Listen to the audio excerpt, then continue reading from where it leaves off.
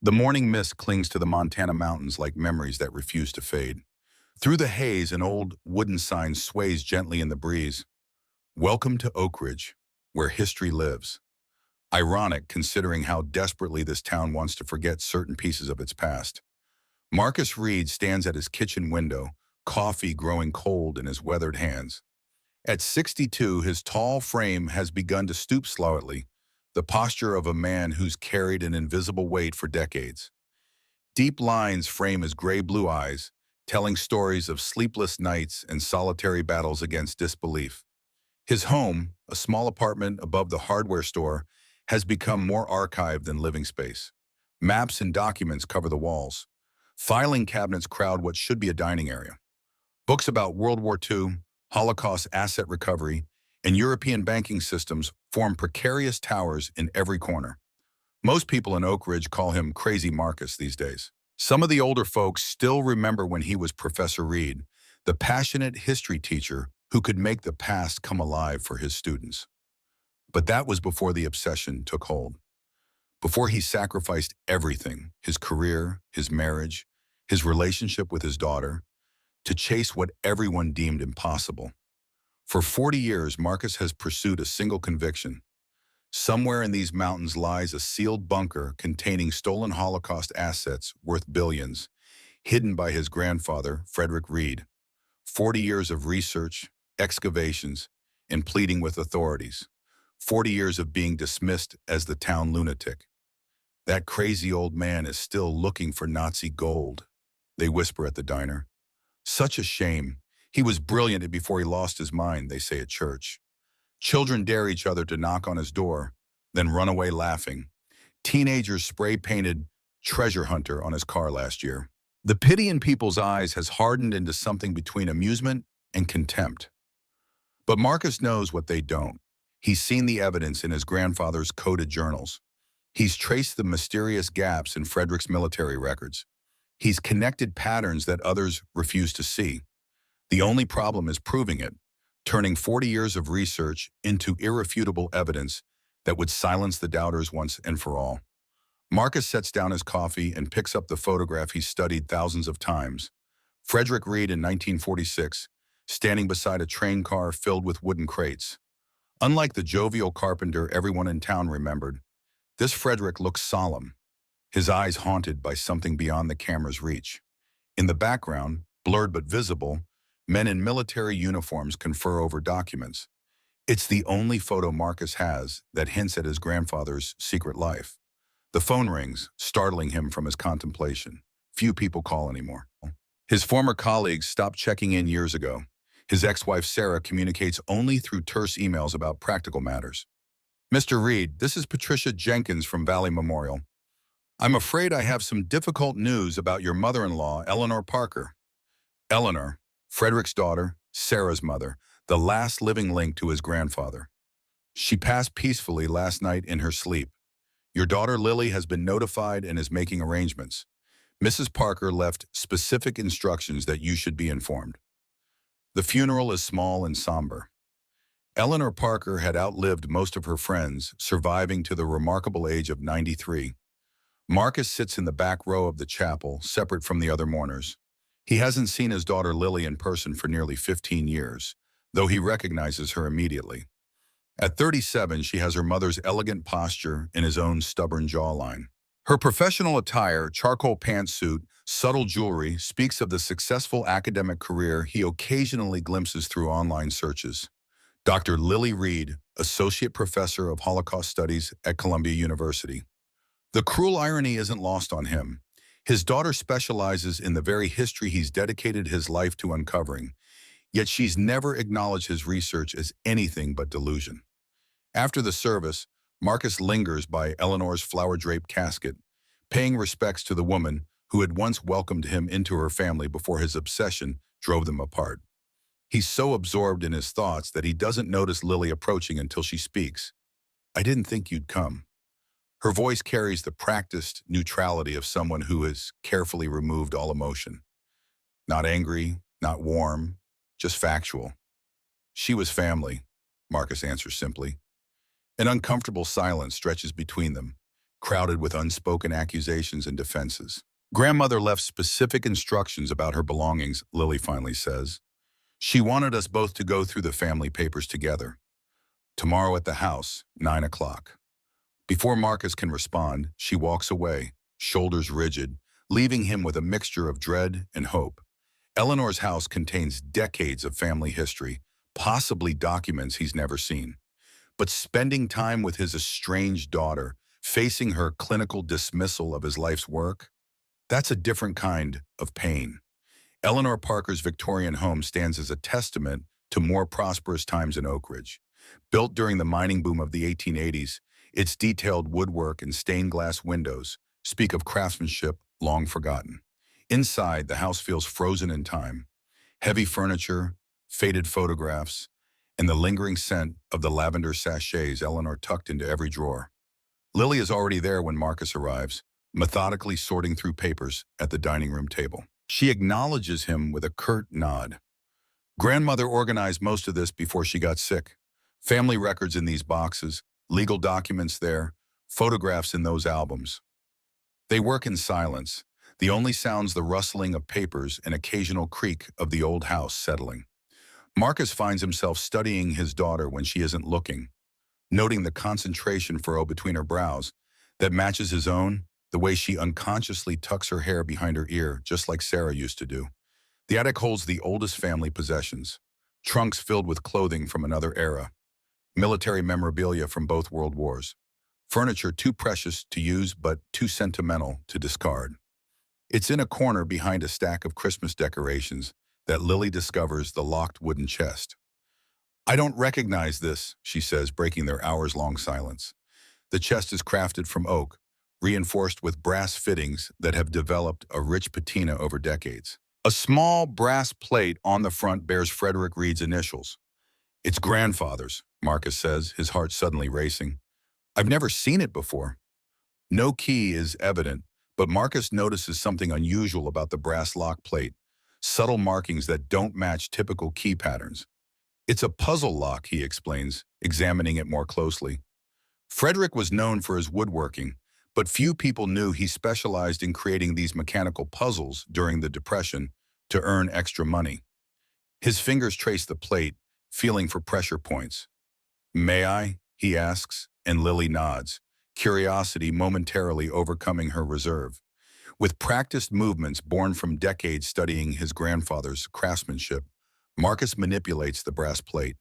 A soft click rewards his efforts, and the chest lid loosens. Inside, nestled in velvet lining gone brittle with age, lies a collection of items that instantly transforms Marcus's world. A leather portfolio containing blueprints and technical drawings, a small journal with entries in a cipher similar to what he's studied for years, photographs he's never seen before, and most significantly, a sealed envelope addressed in Frederick's handwriting to be opened by family when the time is right. Lily stares at the contents, her academic training immediately recognizing the historical significance. "These look like military documents," she says, lifting one of the blueprints carefully. Marcus unfolds it with trembling hands. The detailed technical drawing shows an underground facility with multiple chambers, reinforced walls, and an elaborate locking mechanism. At the bottom, geographical coordinates in Frederick's precise handwriting. "These are the exact coordinates I've been researching for 40 years, Marcus whispers, his voice thick with vindication. Lily's expression shifts from skepticism to confusion as she examines another document, a photograph showing Frederick in what appears to be an OSS uniform, precursor to the CIA, standing beside military officials next to a train car loaded with wooden crates.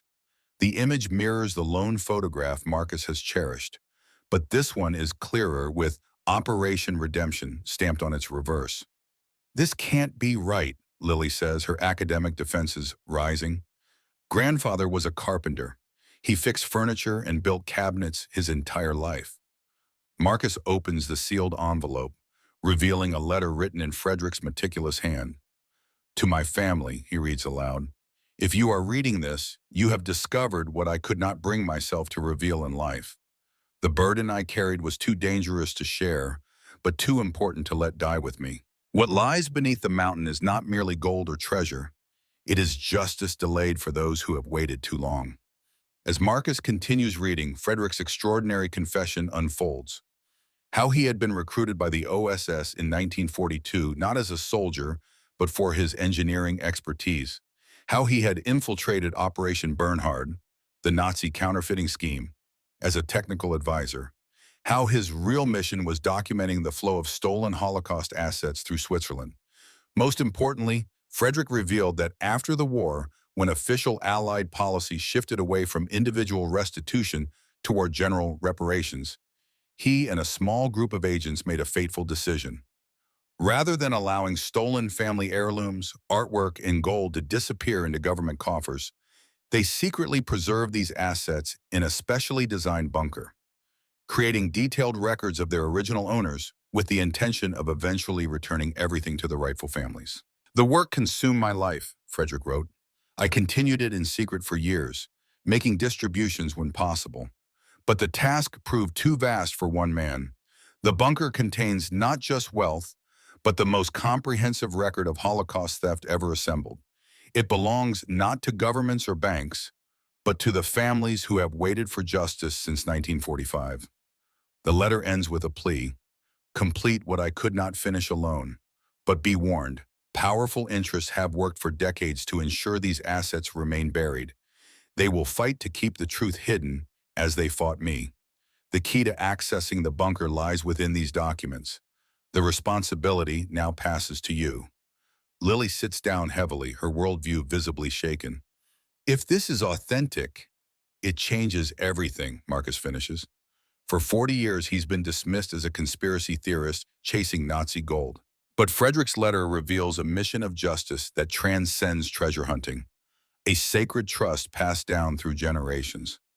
Outside Eleanor's Victorian home, a black sedan pulls up across the street. The driver watches the house intently, then makes a phone call. Sir, we have movement at the Parker residence. Reed and his daughter have been inside for several hours. Inside a luxurious office in Boston, Richard Norton sets down his fountain pen. At 65, Norton's silver hair and tailored suit project the authority of old money and institutional power. As CEO of Heritage Preservation Alliance, he oversees a financial empire built on discretion and historical connections. Eleanor Parker's death was inevitable, Norton says coolly, but the timing is unfortunate. Has anything left the house? No, sir, they're still inside. Norton studies a photograph on his desk, his grandfather shaking hands with banking officials in 1947. After 70 years, we cannot allow those secrets to surface. Monitor the situation. If they find Frederick Reed's documents, we'll need to intervene immediately. He opens his desk drawer and removes a file labeled Reed Frederick, Operation Redemption, classified. Inside is a surveillance photograph of Marcus from the 1980s, standing before a mountain outcropping, Frederick's journal in hand. Some obsessions, Norton murmurs, are better left unfulfilled. Back in the attic, Marcus and Lily spend hours examining Frederick's documents. The technical blueprints reveal an ingeniously designed bunker with multiple security systems, far more sophisticated than a typical military storage facility. This level of engineering, Lily says, her academic expertise engaging despite her skepticism, this would have required significant resources and authorization. It's not something one person could have created alone. Frederick wasn't alone, Marcus explains, deciphering notes in the margin. He references a team: engineers, archivists, intelligence officers. They created this facility as an unofficial operation, outside normal channels. The cipher journal proves more challenging. Marcus recognizes elements similar to what he's studied in Frederick's other writings, but this encryption is more complex. It's a book cipher, Lily suddenly realizes, her expertise in Holocaust documentation proving unexpectedly valuable. Look at these numbers. They're not coordinates. They're page references, line numbers. But what book? Marcus wonders. Lily scans the attic until her eyes fall on a worn leather Bible on Frederick's bookshelf. The family Bible. Grandmother always said Frederick read it daily. Using the Bible as a key, they begin decoding entries from 1946 to 1958. Frederick's hidden chronicle reveals an astonishing operation: the systematic documentation of thousands of stolen items, from massive gold shipments to personal wedding rings. Each entry includes the item's origin, the family it was stolen from, and, whenever possible, information about surviving relatives. Most significantly, Frederick recorded successful restitutions, 43 families who received their stolen property through his covert efforts. The journal entries describe the emotion of these secret deliveries, elderly survivors holding their family heirlooms again, often the only tangible connection to relatives lost in the Holocaust. October 12, 1952, Marcus reads, delivered the Rosenberg family silver candlesticks to Sarah Rosenberg in Brooklyn. Her hands trembled as she held them, saying her grandmother had lit these same candles every Sabbath for 30 years before they were taken. This moment alone justifies everything we've risked. Lily sits back, visibly moved despite herself. If this is true, it's true, Marcus says firmly. I've spent 40 years researching fragments of this story. Frederick's documentation fills in every gap, confirms every theory. The bunker exists, exactly where I've been searching. But why didn't he tell anyone? Why let his own family think he was just a carpenter? Protection, Marcus says, understanding flooding through him. The letter mentions powerful interests fighting against his mission. By keeping his family ignorant, he kept them safe.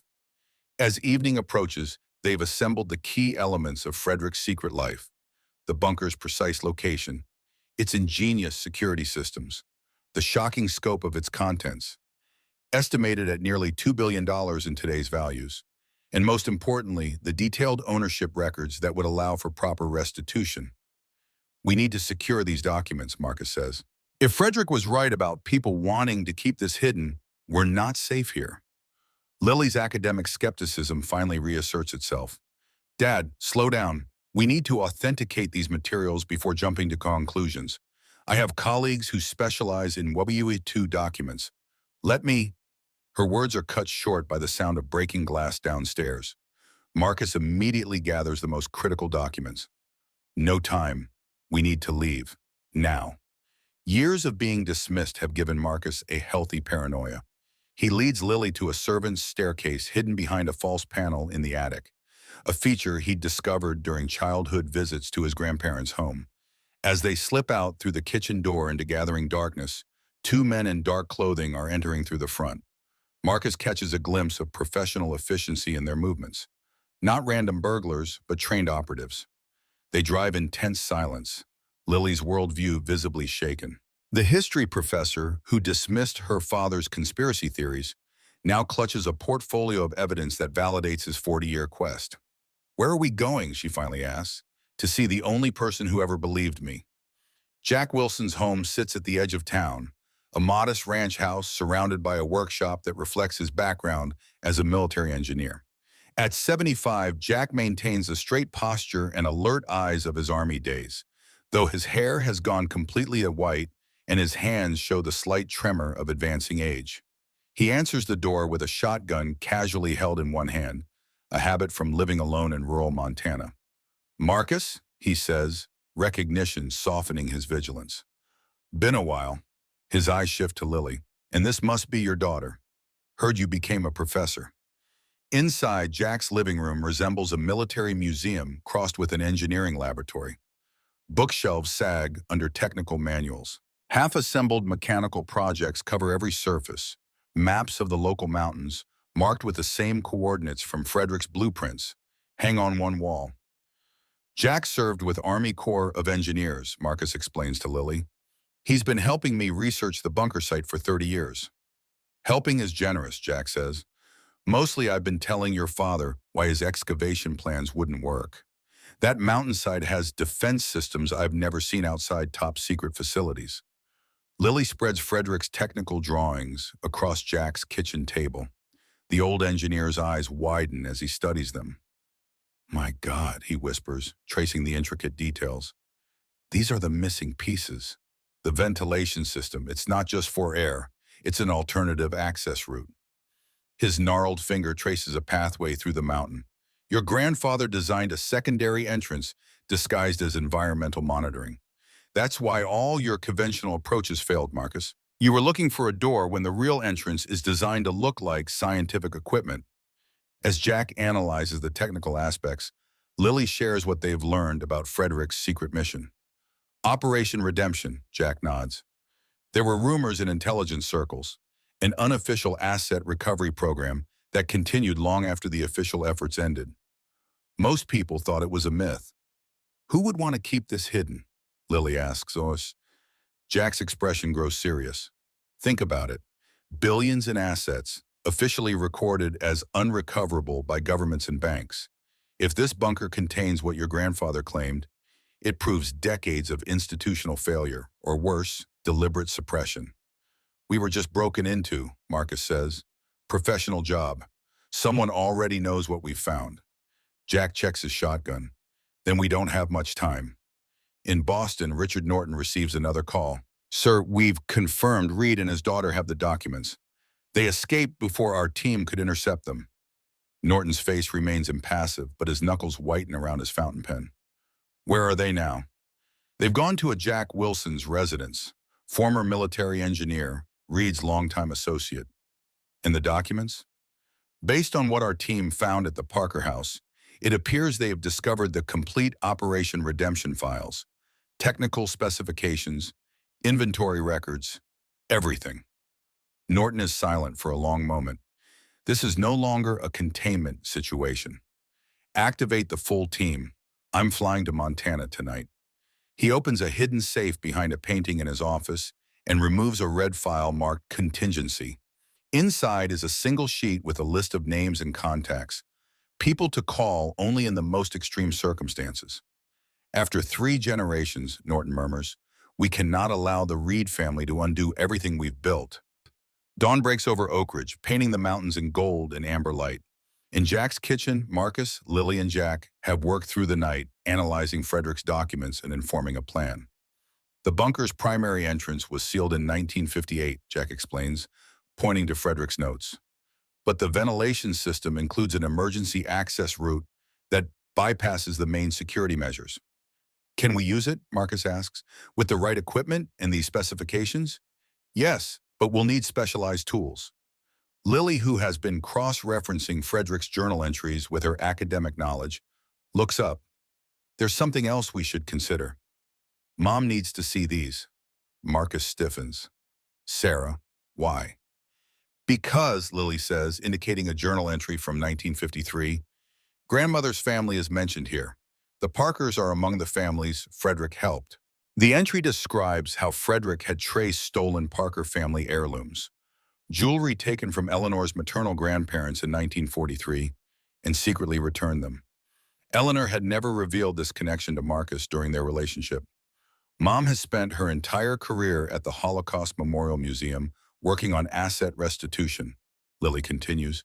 She has resources and connections we need. Your mother made her opinion of my research very clear when she left, Marcus says bitterly. Did she? Lily challenges. Or did you assume she thought you were crazy like everyone else?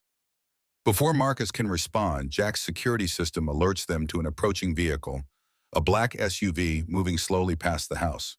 We need to move, Jack says, gathering the essential documents. They found us faster than I expected. Through his front window, Jack identifies 2 men in the SUV, the same professional manner as those who broke into Eleanor's house. I have a workshop behind the property, Jack says. We can take the utility truck through the backfield. Marcus, you know the road to the eastern trailhead? Marcus nods. The eastern approach to the mountain has been part of his research for decades, a less obvious route than the main trails.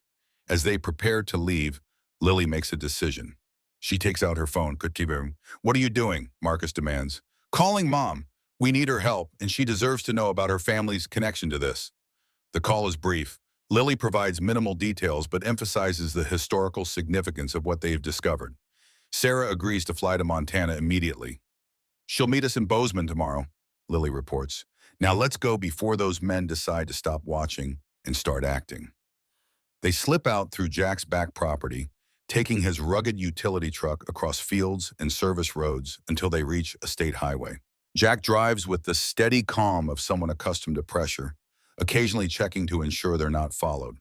We need a secure place to continue planning, he says. I have a hunting cabin near the eastern trailhead.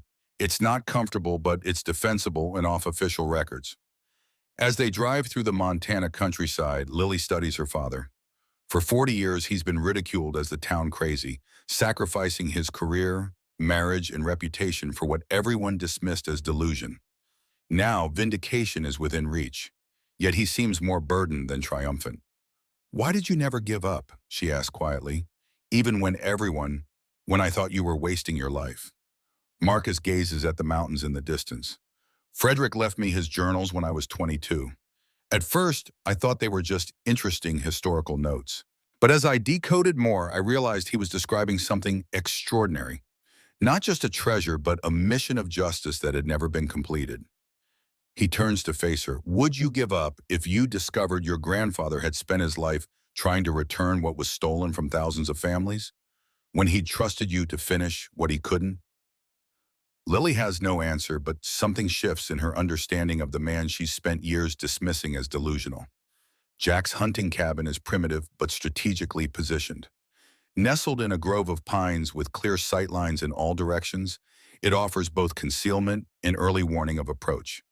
Inside, a wood stove, basic furniture, and shelves stocked with supplies reflect Jack's military preparedness. "We should be safe here for now," Jack says, securing the perimeter. "But we need to assume they know about the bunker's location. If they have access to the same intelligence community that employed Frederick, they've been monitoring that mountainside for years." They spread Frederick's technical drawings across the cabin's rough wooden table.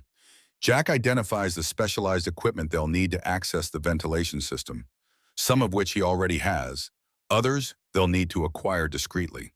"The main challenge isn't just getting in," Jack explains, "it's dealing with the security systems.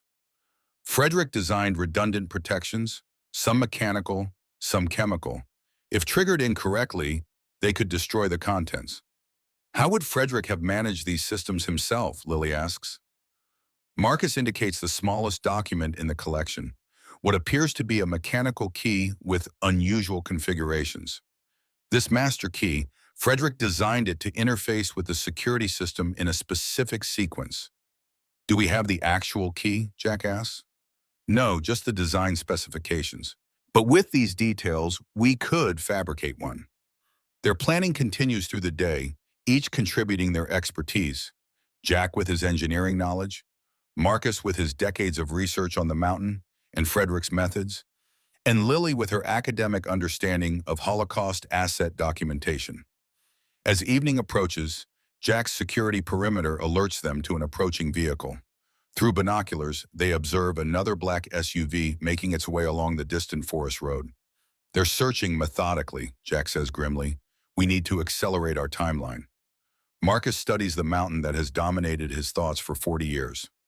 Frederick's journals mention a specific date when the ventilation system performs its monthly self-maintenance cycle. During that window, the defensive measures are temporarily suspended. He checks the decoded journal entries. "That cycle is due in 3 days." Jack nods thoughtfully. "Then we have 3 days to gather equipment, fabricate the master key, and prepare for extraction." "Extraction of what exactly?" Lily asks. "We can't possibly remove everything from the bunker." "Documentation," Marcus says firmly. "The ownership records are what matter most. If we can secure Frederick's documentation of who these assets belong to, the actual restitution can happen through proper legal channels." As night falls, they take turns keeping watch. During his shift, Marcus steps outside to observe the stars. The same mountain that has consumed his life now feels within reach, not just as personal vindication, but as fulfillment of a promise to Frederick and to thousands of families who have waited decades for justice. A soft noise alerts him to Lily's presence as she joins him outside. "I owe you an apology," she says quietly. "All these years, I thought you were chasing a fantasy. I never considered you might be pursuing something real, something important." Marcus doesn't respond immediately, letting the weight of decades of dismissal and ridicule settle between them. "Your mother believed me at first," he finally says. "Did you know that? For the first few years, she helped with the research, organized the documents. But when my obsession cost me my teaching position, when the financial struggles became too much, she had to make a choice. She chose to protect me," Lily realizes. Marcus nods. "She never told me I was wrong. She said I was right about the wrong things, that even if the bunker existed, finding it wouldn't fix what was broken in our lives. The vulnerability in his admission creates a small bridge across the chasm of their estrangement. Mom never remarried, Lily offers, and her entire career has focused on Holocaust asset restitution. Maybe she was continuing the mission in her own way. Inside Jack's cabin, Frederick's documents lay spread across the table, a lifetime of secret work finally revealed. The blueprint for the bunker shows not just a storage facility, but a comprehensive archive designed to preserve both assets and justice for generations. The first light of dawn brings a new arrival to Oak Ridge, Montana. Sarah Reed, now Dr. Sarah Parker, having reclaimed her maiden name after the divorce, steps off a small commuter plane at the regional airport. At 60, she carries herself with the poised dignity of an accomplished academic. Her silver-streaked dark hair is pulled back in a practical bun, her clothing tailored but understated. As the Holocaust Memorial Museum's senior researcher on asset restitution, Sarah has spent decades documenting the systematic theft and occasional recovery of property stolen during the Nazi era. What she hasn't shared with colleagues is how personal this mission has always been. A rental car waits for her at the small terminal. As she drives toward the coordinates Lily provided, Sarah opens an old leather journal on the passenger seat, her grandmother's diary, which documents the return of family heirlooms in 1953 by a kind government man who asked for no recognition. For 20 years, Sarah has suspected that kind man was Frederick Reed. The possibility that Marcus had been right all along brings a complex mixture of emotions: vindication, regret, and a renewed sense of purpose. The road to Jack's cabin winds through pine forests and rocky outcroppings. As Sarah navigates a particularly sharp turn, she notices a black SUV parked in a small clearing, too clean and new for typical hunting vehicles in this area. Something about its purposeful positioning raises her professional instincts. Instead of continuing directly to the cabin, Sarah parks her car at a hiking trailhead and approaches on foot through the forest, using skills developed during fieldwork in remote areas. Her caution proves warranted when she spots two men in tactical gear establishing surveillance positions around Jack's cabin.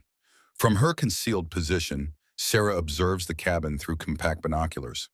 Through a window, she can see Marcus, Lily, and an older man she assumes is Jack Wilson reviewing documents. They appear unaware of the surveillance team closing in around them. Sarah reaches for her phone, then hesitates. Any call might be monitored. Instead, she moves quickly through the underbrush toward the cabin's rear approach, a skill set few would expect from a museum researcher. Inside the cabin, Jack suddenly tenses, his hand moving toward the shotgun propped beside the door. "Someone's approaching from the rear," he whispers. "Single person, moving carefully." Marcus and Lily freeze as Jack takes up a defensive position. The soft knock that follows carries a pattern: 3 quick taps, 2 slow, a childhood code Marcus and Sarah once used. Jack opens the door cautiously, shotgun ready, to find Sarah Parker standing calmly on the threshold. "You have company," she says without preamble. "Professional team, at least 4 operatives establishing containment positions." Her eyes move past Jack to Marcus, the first time they've seen each other in nearly 5 years. The moment stretches, loaded with unspoken history. "Sarah," Marcus finally says, a lifetime of emotion compressed into a single word. "Marcus." She nods, equally reserved. Then to their daughter, "Lily, I came as quickly as I could." Jack interrupts the reunion. "If there's a tactical team out there, we need to move immediately. There's a maintenance tunnel from the workshop that leads to an exit point behind the ridgeline." As they gather the essential documents, Sarah studies Frederick's technical drawings with professional assessment. "These are authentic period materials," she confirms. "The paper, ink, drafting techniques, all consistent with 1940s military engineering documents." "You believe me?" Marcus asks, surprised by her immediate acceptance. "I've spent 30 years studying Holocaust asset documentation," Sarah replies, "and I've had my suspicions about Frederick since I found my grandmother's diary. She recorded receiving family heirlooms from a government representative in 1953, jewelry that had been stolen from her parents in Vienna." This revelation lands heavily with Marcus. "You never told me. You were already obsessed with finding the bunker. I was afraid that knowing my family's connection would only drive you deeper." Sarah's expression softens slightly. I chose a different approach to the same mission. Their escape through Jack's hidden tunnel is tense but successful. Years of paranoia have led the old engineer to create multiple exit routes from his property.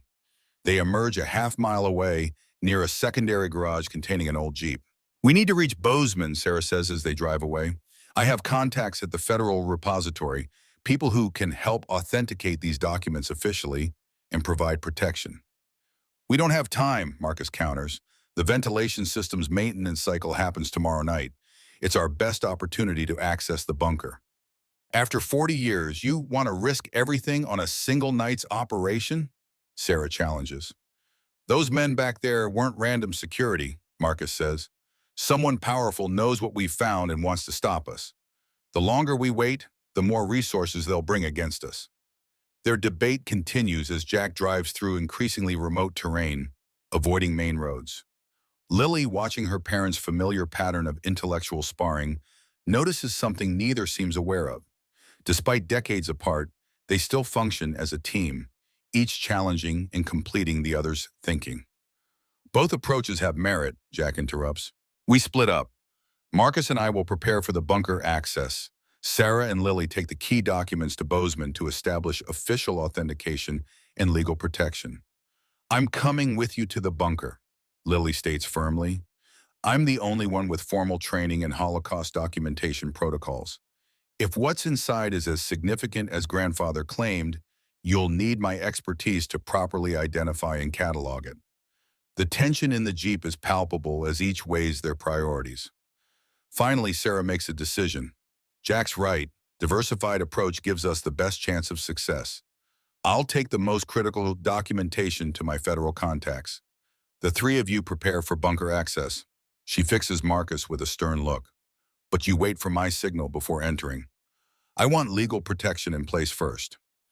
As they reach a small crossroads town, they part ways. Sarah takes a bus to Bozeman with Frederick's journal and key identification documents, while Marcus, Lily, and Jack continue toward the mountain in the Jeep. Before separating, Sarah pulls Marcus aside. I never thought you were crazy, she says quietly. I thought you were risking too much for something we couldn't change. And now? Now I think Frederick chose the right person to carry his legacy. She hesitates, then adds, be careful. If the bunker contains what we think it does, there are people who've spent decades ensuring it remains hidden.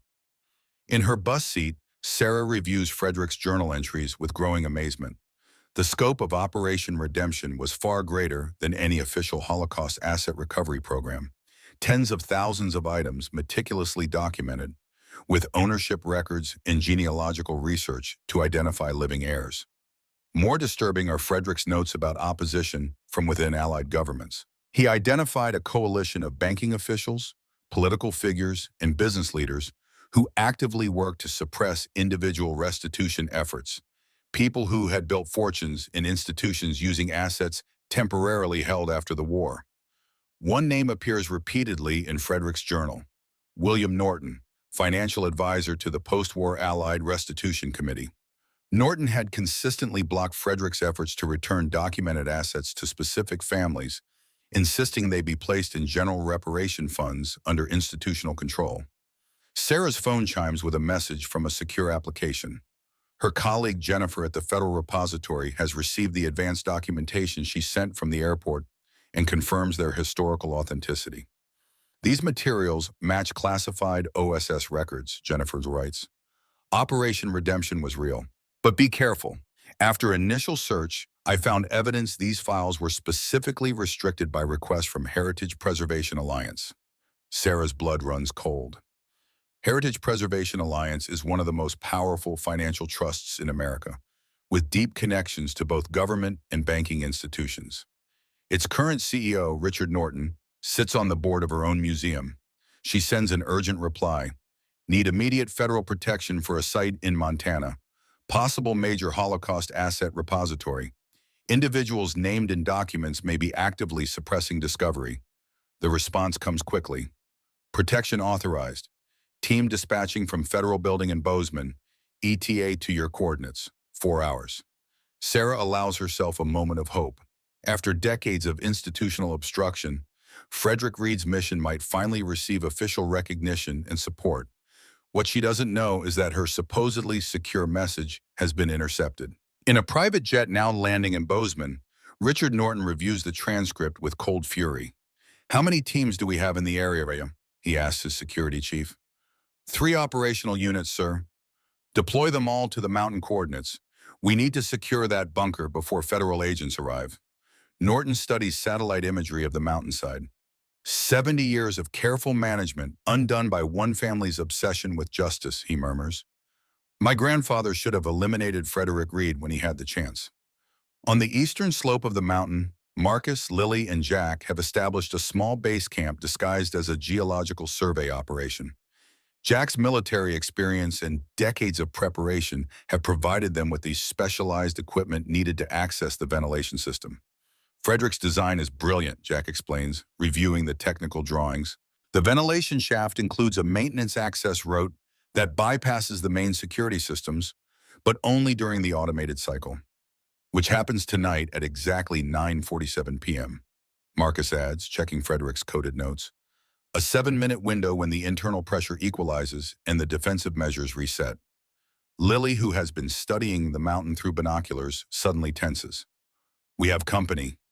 Through the powerful lenses, they observe 2 black SUVs parking at a service road 2 miles below their position.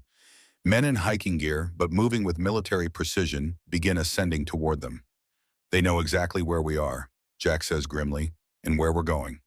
"How much time do we need to reach the access point?" Lily asks. "At least 2 hours of careful approach," Jack answers. "These aren't just locks we're dealing with. Frederick installed chemical and mechanical defensive measures designed to destroy the contents if triggered improperly." Marcus checks his watch. "It's 4:30 now. Sarah's federal team won't arrive for hours. Those men will reach us long before then." A tense silence falls as they consider their options. It's Lily who finally speaks. "Grandfather designed this system. He created fail-safes and security measures to protect the bunker's contents. But he also created a way for family to access it when the time was right." Her eyes meet Marcus's. "We've spent 40 years dismissing you as crazy for believing in him. Maybe it's time to trust that he knew what he was doing." Marcus nods slowly, feeling the weight of Frederick's trust across generations. "We move now, Jack. How quickly can we reach the access point if we take the direct route?" 40 minutes, but we'll be exposed, and those men will see us." "Then we need a diversion?" "And then diversion," Lily says, academic caution giving way to decisive action. "Something to draw them away from the access point." Jack's weathered face breaks into a grim smile. "I might have just the thing." In Bozeman, Sarah arrives at the Federal Repository, a nondescript building housing some of the government's most sensitive historical archives. Jennifer meets her at a secure entrance, quickly ushering her through multiple security checkpoints. "The authentication team is ready," Jennifer says. "But Sarah, there's something you should know." She leads Sarah to a small conference room where a team of document specialists has already begun examining Frederick's journal. On a wall-mounted screen, security footage shows Richard Norton entering the building's main lobby. Heritage Preservation Alliance has filed an emergency injunction claiming ownership of all materials related to Operation Redemption, Jennifer explains. Norton arrived 20 minutes ago with a federal judge's signature. "On what grounds?" Sarah demands. "A 1953 executive order classifying certain wartime recovery operations as matters of national security. It's obscure legal territory, but Norton's connections run deep." Sarah feels a surge of determination. "Then we need to work quickly. How soon can we get federal agents to the mountain coordinates?" "Team already dispatched, ETA 90 minutes. But Norton has his own people in the area too." Sarah studies the mountainside coordinates on a digital map. "We need to warn Marcus. If Norton's teams reach the bunker first." "All communications to that area are being monitored," Jennifer warns. "Any direct contact could compromise their position." Sarah thinks for a moment, then makes a decision. There's another way to send a message, something only Marcus would understand. At the mountain base, Jack's diversion proves surprisingly effective. A series of small, controlled explosions on the western slope, remnants of his military engineering days, draws Norton's security teams away from their planned approach to the ventilation access point. "They'll figure it out quickly," Jack warns as they make their rapid ascent through dense pine forest. We have maybe 30 minutes advantage. The ventilation access point, disguised as an abandoned environmental monitoring station, sits in a small clearing partially obscured by rock outcroppings. Weathered metal panels and scientific equipment provide perfect camouflage for what lies beneath. Frederick was cleverer than anyone gave him credit for, Marcus says, approaching the station with reverence. To anyone else, this looks like forgotten government equipment. But it's actually the secondary entrance, Jack finishes, examining the structure with professional appreciation. Now we need to determine how to interface with it. From his pack, Jack removes components he's fabricated based on Frederick's specifications. Precision machine pieces designed to replicate the master key's function. We have one chance to get this sequence right, he warns. Frederick designed this system to permanently seal if accessed incorrectly. As Jack prepares the interface, Lily keeps watch through binoculars. The security teams are regrouping. They've realized the explosions were a diversion. How much time? Marcus asks. 20 minutes, maybe less. Jack works with methodical precision, connecting the improvised key components to what appears to be a weather monitoring port on the station's control panel. Almost there, but something's missing. The final synchronization sequence needs a specific code. Marcus studies Frederick's notes frantically. There must be something here. Frederick would have left instructions for family to access the system. Lily, still keeping watch on the approaching teams, suddenly has a realization. The Bible cipher. What if the access code is hidden in the same pattern? Marcus pulls out the family Bible they've brought from Eleanor's house. The last page Frederick marked, Psalms 85:11. Truth shall spring out of the earth, and righteousness shall look down from heaven. Try the numbers, Jack suggests. 82511. Marcus enters the sequence into the interface Jack has prepared. Nothing happens. It's not working, Lily says, tension rising in her voice. Security teams are 15 minutes out. Wait, Marcus says, having a sudden insight. Frederick always thought in terms of justice. The verse continues, righteousness looking down from heaven. What's directly above us in Frederick's design? Jack consults the blueprints. The main security monitoring station. Room 7, Section 3. Try 7-3, Marcus suggests. Jack inputs the new sequence. For a moment, nothing happens. Then, with a soft pneumatic hiss, concealed panels in the monitoring station slide open, revealing a narrow access tunnel illuminated by emergency lighting that activates automatically. Frederick's systems still work perfectly, Jack says with quiet amazement, even after all these years. We don't have much time, Marcus reminds them as they enter the tunnel. Priority is documentation of the contents and ownership records. The tunnel slopes downward at a gentle angle, reinforced with materials that have withstood decades of mountain pressures and seasonal changes. After 100 yards, they reach what appears to be a solid wall. Secondary security checkpoint, Jack identifies, examining it carefully. This is where the master key would be inserted. He connects their improvised interface to a concealed port, and Marcus enters the full biblical reference, 851173. The wall slides silently aside. What lies beyond leaves them momentarily speechless. A vast chamber, at least 60 feet square, illuminated by emergency lighting that is activated with their entry. Temperature and humidity controlled to museum standards, and everywhere organized in meticulous rows of secure storage units, gold, jewelry, artwork, and most importantly, documentation.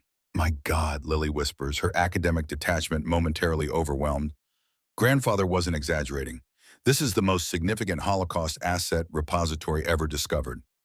The chamber's organization reflects Frederick's engineering precision. Each storage unit is numbered according to a cataloging system that corresponds with the documentation at the chamber center. A massive archive of ownership records, theft documentation, and genealogical research to identify living heirs. We have maybe 30 minutes before those security teams figure out how we access the bunker, Jack warns. Documentation only. We don't touch any assets. They work with practiced efficiency, photographing the chamber layout, sampling documentation records, and capturing video of Frederick's extraordinary archive. Lily, with her professional expertise, focuses on the cataloging system that would allow for proper attribution of each item. Frederick created a complete restitution framework, she realizes, examining the central record system. Each item is linked to specific families with genealogical research updated as recently as 1983, the year before he died. Marcus discovers something equally significant, a sealed vault containing successful restitution records. Documentation of the 43 families who had received their stolen property through Frederick's covert efforts, complete with signed acknowledgments and photographs of the emotional moments when family heirlooms were returned to survivors. As they work, Jack keeps watch on their escape route. Movement outside the access tunnel, he reports tensely. They found the entrance. Lily looks up from the documentation she's gathering. We need more time. These records are too important to leave behind. There's another way out, Marcus says, studying Frederick's blueprint. An emergency evacuation route designed to protect the archives in case of catastrophic breach. Where? Jack asks. Marcus points to a seemingly solid wall at the chamber's rear. Behind that panel, Frederick's notes mention it activates only under specific circumstances. Like security breach? Lily asks. Exactly. Jack, how long until they breach the main entrance? Minutes, maybe less. They have specialized equipment. Marcus makes a decision. Lily, keep documenting the archive system. Jack, help me find the emergency exit controls. Marcus and Jack search frantically for the emergency exit controls while Lily continues documenting the archive. The sounds of mechanical equipment working against the main entrance echo through the chamber. They're almost through, Jack warns, his military training evident in his calm efficiency. Found it, Marcus says, discovering a recessed panel behind what appears to be an ordinary filing cabinet. Frederick disguised everything in plain sight. The panel contains a simple mechanical lever with Frederick's initials engraved on the handle. As Marcus pulls it down, a deep rumbling vibrates through the chamber. What's happening? Lily asks, gathering the final documentation photographs. Frederick's fail-safe system, Marcus explains as a section of the rear wall begins to slide away, revealing a narrow tunnel. He designed the bunker to protect its contents even if the main security was compromised. Jack checks the new tunnel with his flashlight. It's clear, but we need to move now. As they enter the emergency exit, the main chamber's lights suddenly flicker and alarms activate. The security breach protocols engaging as Norton's team finally breaks through the entrance. The system's defensive measures are activating, Marcus realizes. It's sealing the sensitive areas. Behind them, metal shutters descend over the most valuable storage units, and the documentation center sinks into the floor, protected by reinforced panels. Frederick thought of everything, Lily says, clutching the memory cards containing thousands of photographs of the archive. He made sure no one could destroy the evidence. The emergency tunnel leads them through a complex series of passages that slope gradually upward. After 20 minutes of careful navigation, they emerge inside what appears to be an abandoned mining shaft, another of Frederick's clever disguises, half a mile from the ventilation entrance. We need to contact Sarah, Marcus says once they're safely outside. Let her know what we found. All communications will be monitored, Jack reminds him. We need to reach Bozeman physically. A distant sound of vehicles on the mountain road below signals that Norton's teams are expanding their search. We'll separate, Jack decides. I'll create another diversion. You two head for the North Ridge Trail. It connects to an old logging road where I have another vehicle stashed. Is there anything you haven't prepared for? Lily asks with newfound respect. Jack's weathered face forms a grim smile. 30 years helping your father wasn't just about humoring an old friend. I always believed Frederick's story too. After quick goodbyes, Jack heads toward the main road while Marcus and Lily move deeper into the forest, taking the hidden trail toward the North Ridge. As they climb higher, they gain a vantage point over the entire operation below. At least a dozen men in tactical gear now swarm the mountainside, and more vehicles are arriving. That's not just private security, Lily observes. Some of those vehicles have government plates. Norton has connections everywhere, Marcus says. Frederick warned about powerful interests that would fight to keep the bunker hidden. Now we know why.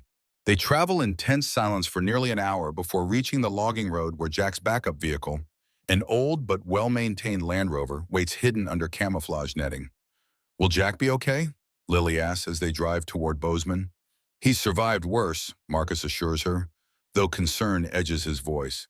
After Vietnam, Jack says everything else is just a walk in the park. In Bozeman, Sarah and Jennifer are engaged in an increasingly tense standoff with Richard Norton and his legal team.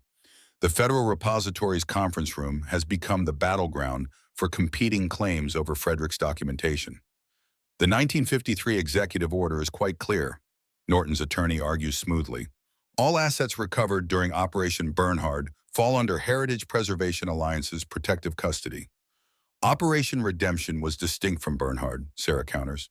And Frederick Reed's documentation proves these were never unattributed assets. They were meticulously cataloged with clear ownership records. Norton maintains his aristocratic composure, but irritation flashes in his eyes.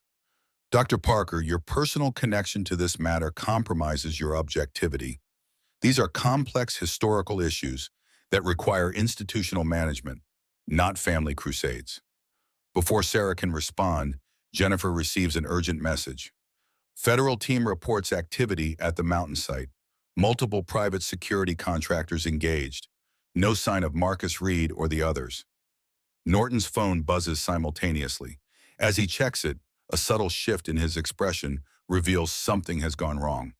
If you'll excuse me, he says, rising abruptly, my legal team will continue this discussion. After Norton leaves, Jennifer leans close to Sarah. Our team reports the bunker has been accessed, but an automated security system activated.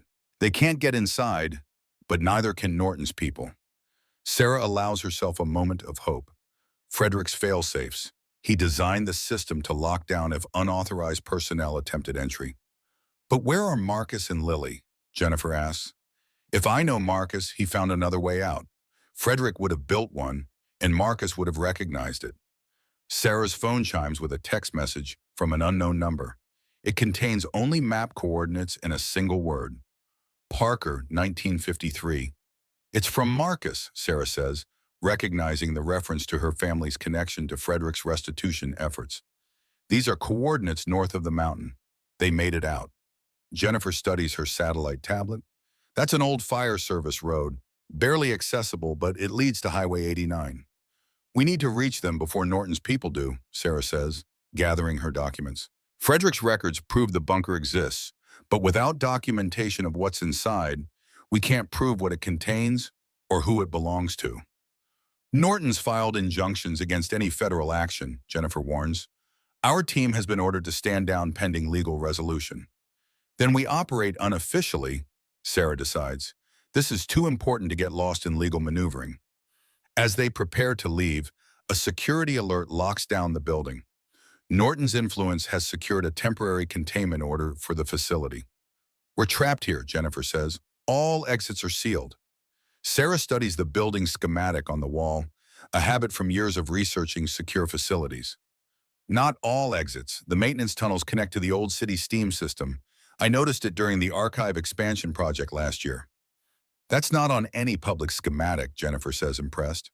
When you spend your career researching hidden assets, Sarah replies with grim determination, you develop a habit of noticing hidden exits. On the highway toward Bozeman, Marcus and Lily maintain a vigilant watch for pursuit. The documentation they have recovered from the bunker represents the culmination of Frederick's life work and Marcus's 40-year quest. I still can't believe it, Lily says, reviewing the photographs on her camera. The scale of what grandfather accomplished.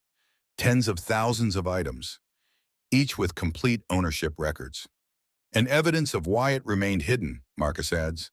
The documentation we found implicated dozens of prominent financial institutions and government officials who benefited from suppressing individual restitution, including Norton's grandfather, Lily notes. The correspondence we found shows William Norton directly blocked Frederick's official attempts to return identified assets. As they round a sharp mountain curve, they encounter a roadblock ahead. 2 black SUVs and men in tactical gear checking vehicles. Norton's people, Marcus says, quickly pulling onto a Forest Service turnoff before being spotted. They've locked down all approaches to Bozeman. What now, Lily asks. Marcus studies the map. There's a small airfield near Belgrade. Jack has a contact there, former military pilot who sometimes flies supply runs to remote hunting camps. You think he'll fly us out? If we can reach him. But first, we need to secure this documentation. Everything we've worked for is on these memory cards. Marcus pulls a satellite phone from the Land Rover's emergency kit, another of Jack's meticulous preparations. I'm sending Sarah the documentation. Even if we're caught, the evidence will survive. At the federal repository, Sarah and Jennifer navigate the maintenance tunnels beneath the building. Decades of government renovations have created a labyrinth of service passages, many forgotten on modern blueprints. This should connect to the steam tunnel that runs under Main Street, Sarah says, consulting her mental map of the facility. As they reach a junction, Sarah's secure phone receives a large encrypted file transfer. It's from Marcus, she says, quickly downloading the data. Documentation from inside the bunker.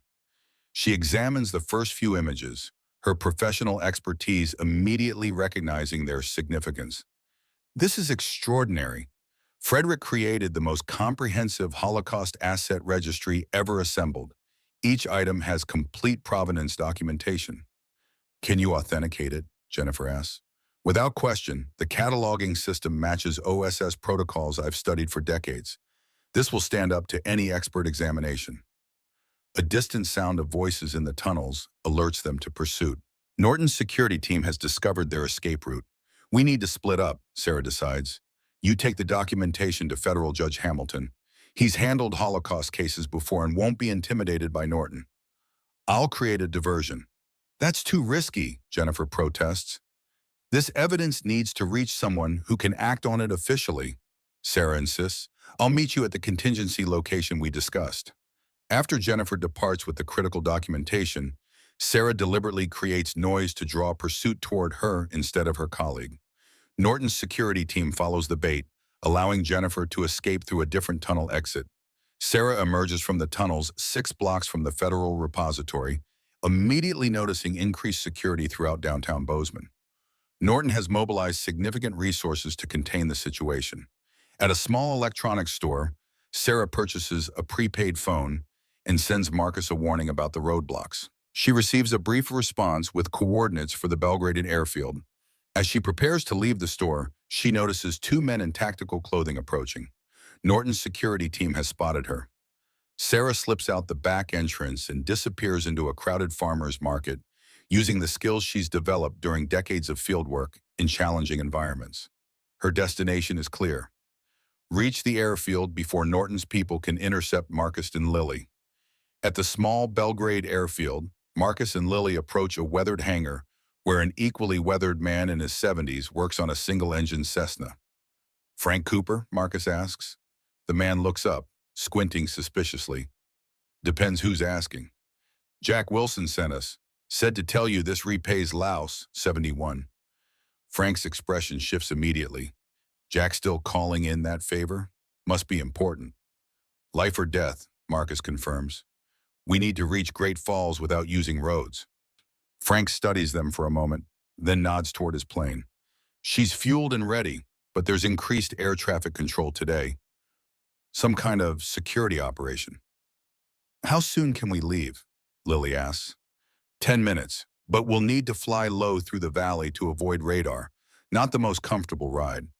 As Frank prepares the plane, Marcus keeps watch for pursuit. Why Great Falls? Lily asks. Judge Arthur Rosenthal, Marcus explains. Frederick's journals mention him as one of the few officials who supported individual restitution efforts. He's retired now, but still has connections to make sure this evidence reaches the right authorities. And if Norton has people there too? One problem at a time, Marcus says, his 40 years of persistence evident in his steady resolve. Frederick didn't give up despite decades of opposition. Neither will we. As they prepare to board the small aircraft, the distant sound of approaching vehicles raises their alarm. Through binoculars, Marcus spots 3 black SUVs approaching the airfield entrance. We need to go now, he urges Frank. 2 more minutes for final checks, the pilot insists. Tip them, and we might not make it over the first mountain range. The tension builds as Frank completes his pre-flight checklist with methodical precision, while Norton's security team clears the airfield gate. Just as the SUVs speed onto the tarmac, Frank signals they're ready. Hang on, he warns as they climb aboard. This takeoff's going to be sporty. The small plane accelerates down the runway with Norton's vehicles in pursuit. As they lift off, Marcus glimpses Richard Norton himself stepping from the lead SUV, watching their escape with cold fury. They'll alert air traffic control, Frank warns. We've got maybe 10 minutes before we have company of the flying variety. Can we outrun them? Lily asks. Frank's weathered face breaks into a grim smile. Outrun? No. Outsmart? Maybe. I didn't spend 20 years flying covert ops in Southeast Asia for nothing. He banks the plane sharply, descending into a narrow valley where the mountains will shield them from radar. Hope neither of you gets airsick, he calls over the engine noise. This ride's about to get interesting. In Bozeman, Sarah has managed to secure transportation to Belgrade through a former student now working at Montana State University. As they drive, Sarah receives confirmation from Jennifer that the documentation has reached Judge Hamilton. He's reviewing it now, the message reads. Initial response, unprecedented historical significance. Federal protection team mobilizing outside normal channels. Hope rises in Sarah. After decades of institutional obstruction, Frederick's evidence might finally receive official recognition. But her relief is short-lived as they approach Belgrade and encounter the same roadblocks Marcus reported. They're looking for someone, her driver observes. Yes, Sarah agrees quietly. They are. Making a quick decision, Sarah asks to be dropped at a small diner before the checkpoint. From there, she calls the local sheriff's office, an old contact from her previous research trips to Montana. Sheriff Donnelly, Sarah Parker, I need a favor regarding some historical documentation of national significance. 20 minutes later, a sheriff's department vehicle passes through Norton's checkpoint without inspection. Law enforcement courtesy still carrying weight, even among private security contractors. Inside, Sarah sits low in the back seat as Sheriff Donnelly's deputy drives her directly to the airfield. They've already gone, the deputy reports after speaking with ground staff. Small Cessna departed about 30 minutes ago, heading northwest. Great Falls, Sarah realizes. Marcus is taking the evidence to Judge Rosenthal. You want to follow? The deputy asks. No, Sarah decides after consideration. Norton will have people following the plane. I need to reach Great Falls by a different route. She checks her secure phone, finding a message from Jennifer. Hamilton mobilizing federal team to Great Falls. ETA 3 hours. Can you get me to the train station? Sarah asks. The Empire Builder passes through in 40 minutes. In the air, Frank pilots the Cessna through mountain valleys with the skill of someone intimately familiar with evading detection. Marcus and Lily watch tensely for signs of pursuit, but so far, they've managed to stay off radar. We can't land at Great Falls International, Frank warns. They'll be watching all official airports. Alternatives? Marcus asks. Old Ranch landing strip about 30 miles outside town. Friend of mine from the service owns it. We can put down there and he can get you into the city. As they fly over a particularly rugged section of mountain terrain, Lily reviews the documentation they have gathered. I still can't believe the scope of what Grandfather accomplished. This isn't just about recovering assets. It's a complete historical record of systematic theft and the deliberate suppression of restitution efforts. Frederick understood that justice requires memory, Marcus says. Without documentation, these families would never know what happened to their heritage, let alone have any chance of recovery. Frank interrupts their conversation. We've got company, 2 aircraft on intercept course from the southeast. Through the Cessna's windows, they spot 2 sleek private jets rapidly gaining on their position. Norton's resources are even more extensive than we thought, Marcus says grimly. Hang on, Frank warns, banking the plane sharply toward an even narrower valley. This is going to get technical. The small Cessna descends rapidly into a canyon where the larger jets can't safely follow. Frank's decades of experience flying in conflict zones becomes immediately apparent as he navigates terrain that would intimidate most civilian pilots. They'll try to circle around and cut us off, Frank explains. But we've got one advantage. I know exactly where I'm going, and they're just following. The Cessna weaves through mountain passes, occasionally flying so close to ridgelines that Lily has to close her eyes. After 20 minutes of tense maneuvering, Frank announces they have lost their pursuit. Temporarily, he cautions, they'll be waiting at every major airport within 200 miles. How far to your friend's ranch? Marcus asks. 30 minutes, but we should assume Norton has people heading there too. We'll need to move quickly once we land. On the Empire Builder train heading west, Sarah sits in quiet contemplation of how her life has come full circle. For decades, she and Marcus had pursued parallel paths. She through official academic channels, he through solitary research. Both driven by Frederick's legacy, though neither fully understood the other's approach. Her phone chimes with an encrypted message from Jennifer. Hamilton has reviewed initial documentation. Federal team redirected to private airstrip outside Great Falls based on flight tracking data. Norton has filed emergency injunctions in 3 jurisdictions claiming national security concerns. Sarah's academic calm gives way to genuine worry. Norton is mobilizing every resource at his disposal to contain Frederick's evidence.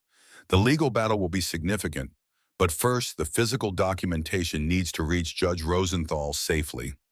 She sends a message to the secure channel Jennifer established. Tell Hamilton that Norton's grandfather, William Norton, appears in Frederick's records as actively blocking restitution efforts. Current legal actions represent continuation of decades-long suppression. The response comes quickly. Hamilton requesting all documentation on Norton family involvement may provide grounds to dismiss current injunctions. As the train continues westward, Sarah allows herself a moment to reflect on the personal cost of Frederick's mission across 3 generations of her family. The broken marriage, the estranged daughter, the decades of separate lives, all connected to a burden of justice that Frederick couldn't carry alone. The small Cessna touches down on a rough ranch airstrip as sunset paints the Montana sky in brilliant orange and purple. Frank's friend, another Vietnam veteran named Roy, waits beside an old pickup truck, his weathered face revealing nothing as they disembark. "This must be some favor Jack's calling in," Roy comments as Frank makes introductions. "Half the private security in Montana's looking for your plane." "That bad?" Frank asks. "Heard it on the police scanner. They've got roadblocks on every major approach to Great Falls." Marcus and Lily exchange concerned glances. "We need to reach Judge Rosenthal tonight," Marcus explains. "We have documentation of historical significance that certain powerful interests want suppressed." Roy studies them thoughtfully. "Rosenthal, the Holocaust claims judge? I served with his brother in Da Nang. Good family." His evaluation complete, Roy nods toward his truck. Back roads all the way. Not comfortable, but nobody's watching them. As they prepare to leave, Frank pulls Marcus aside. "I'll create a diversion with the plane, file a flight plan for Helena, get them looking in the wrong direction." "That's too risky," Marcus objects. Frank shrugs. "Jack Wilson saved my life twice. If he says you're worth helping, that's good enough for me." With quick goodbyes, Marcus and Lily climb into Roy's truck, the precious documentation secure in their possession. As they bounce down rural back roads, Lily notices her father's unusual quiet. "What are you thinking about?" she asks. "Frederick's," Marcus answers. "He carried this burden alone for decades, knowing he might never see justice completed. Now we're so close, but still facing the same opposition he did." "Not alone," Lily reminds him. "Grandfather had his network, we have ours." The rural Montana landscape passes in growing darkness, the truck's headlights illuminating an occasional farmhouse or grazing cattle. After an hour of driving, Roy suddenly cuts the lights and pulls onto a concealed forest track. "Company," he explains tersely, pointing to distant headlights on a parallel road. "Someone's searching the back routes too." They wait in tense silence as a convoy of 3 vehicles moves slowly along the distant road, powerful spotlights scanning the surrounding countryside. "Norton's cast a wide net," Marcus observes. "They'll have Judge Rosenthal's house watched." Lily realizes. "How do we reach him?" Roy considers for a moment. His sister runs a residential care facility on the outskirts of Great Falls. Martha Rosenthal.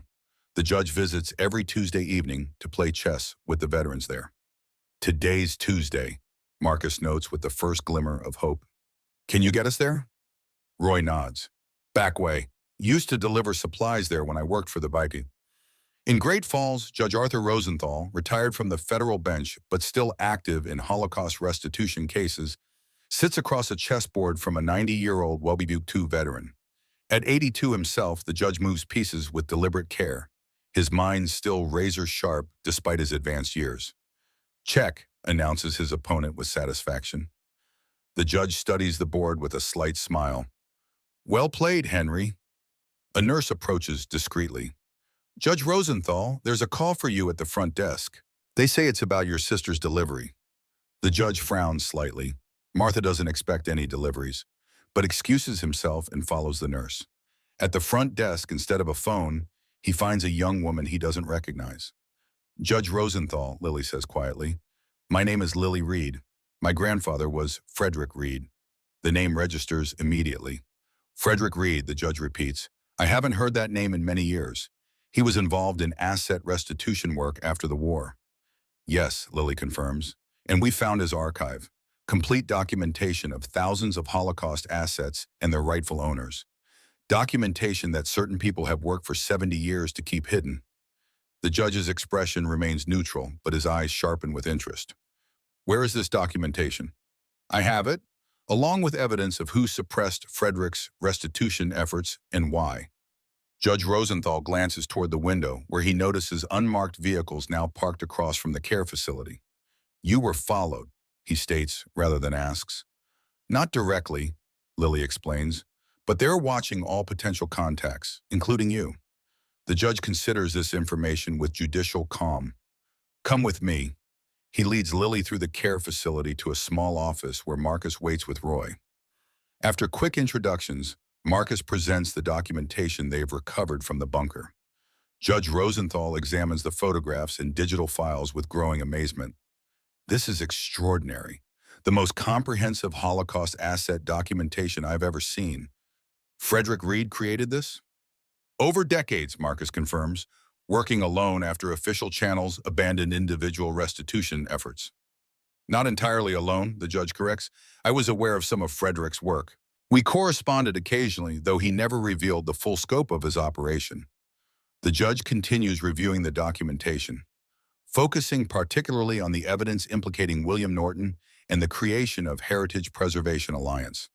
Norton used the 1953 executive order to claim custodial authority over unattributed assets, the judge notes. But Frederick's documentation proves these were never unattributed at all, which makes Heritage's entire legal foundation fraudulent, Marcus concludes. The judge nods slowly. Richard Norton has built one of the most powerful financial institutions in America on assets that rightfully belong to thousands of families. No wonder he's desperate to suppress this evidence. A nurse knocks urgently. Judge, there are men outside asking questions. They claim to be federal agents, but something seems off. The judge makes a quick decision. My chambers at the courthouse have secure communications and federal protection protocols. We need to get this documentation there immediately. The courthouse will be watched too, Roy warns. On all entrances, the judge replies, few people remember that the old courthouse tunnel system was never decommissioned. Judge Rosenthal leads Marcus, Lily, and Roy through the care facility's kitchen to a service exit. My car is in the staff parking area, he explains, less visible than the main lot. As they make their way through the darkened lot, Roy spots movement near the street. Norton's people are establishing a perimeter. They'll have all exits covered soon. Then we move now, the judge decides. Stay close to me and avoid direct light.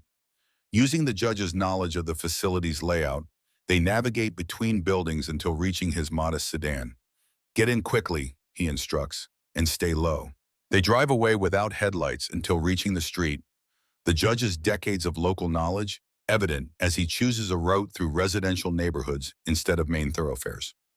The courthouse tunnel system dates back to Prohibition, Rosenthal explains as they drive.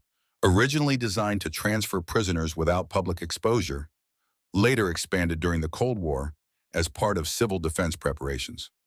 And they're still accessible? Marcus asks. To those with the right keys, the judge confirms, patting his pocket. Certain privileges remain even in retirement. Downtown Great Falls glows with evening activity, the historic courthouse standing dignified among more modern structures. Instead of approaching directly, Judge Rosenthal turns down an alley behind a row of commercial buildings 2 blocks away. Service entrance to the old Marshals building, he explains, pulling into a loading dock area hidden from street view.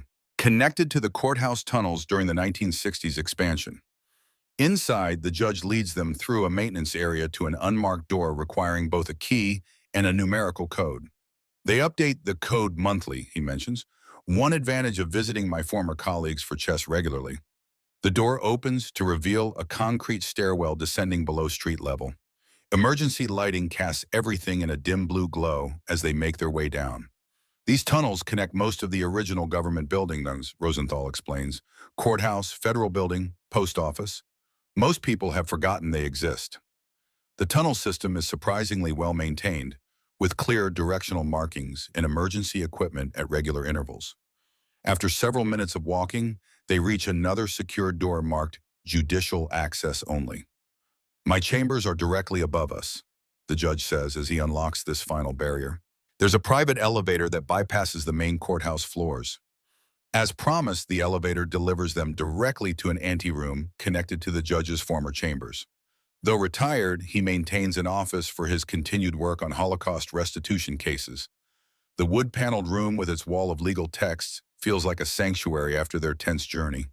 We should be secure here, Rosenthal assures them, activating a sophisticated communication system hidden behind a bookshelf. This is still a fully operational SCIF, sensitive compartmented information facility, secure against electronic surveillance and physical intrusion. First priority is creating secure backup copies of Frederick's documentation, Marcus says, removing the memory cards from their protective case. Already handled, the judge replies, gesturing to a digital workstation. This system connects directly to the Federal Judiciary's secure archive. Anything we upload receives immediate timestamp authentication and distributed backup. As Lily begins the upload process, Rosenthal turns to Marcus.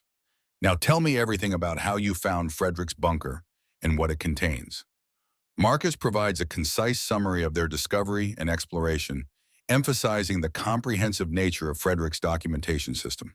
Not just the assets themselves, he explains, but complete provenance records, genealogical research to identify living heirs, and most damning, evidence of deliberate suppression by individuals who later formed Heritage Preservation Alliance. The judge listens with the focused attention of someone accustomed to evaluating complex evidence.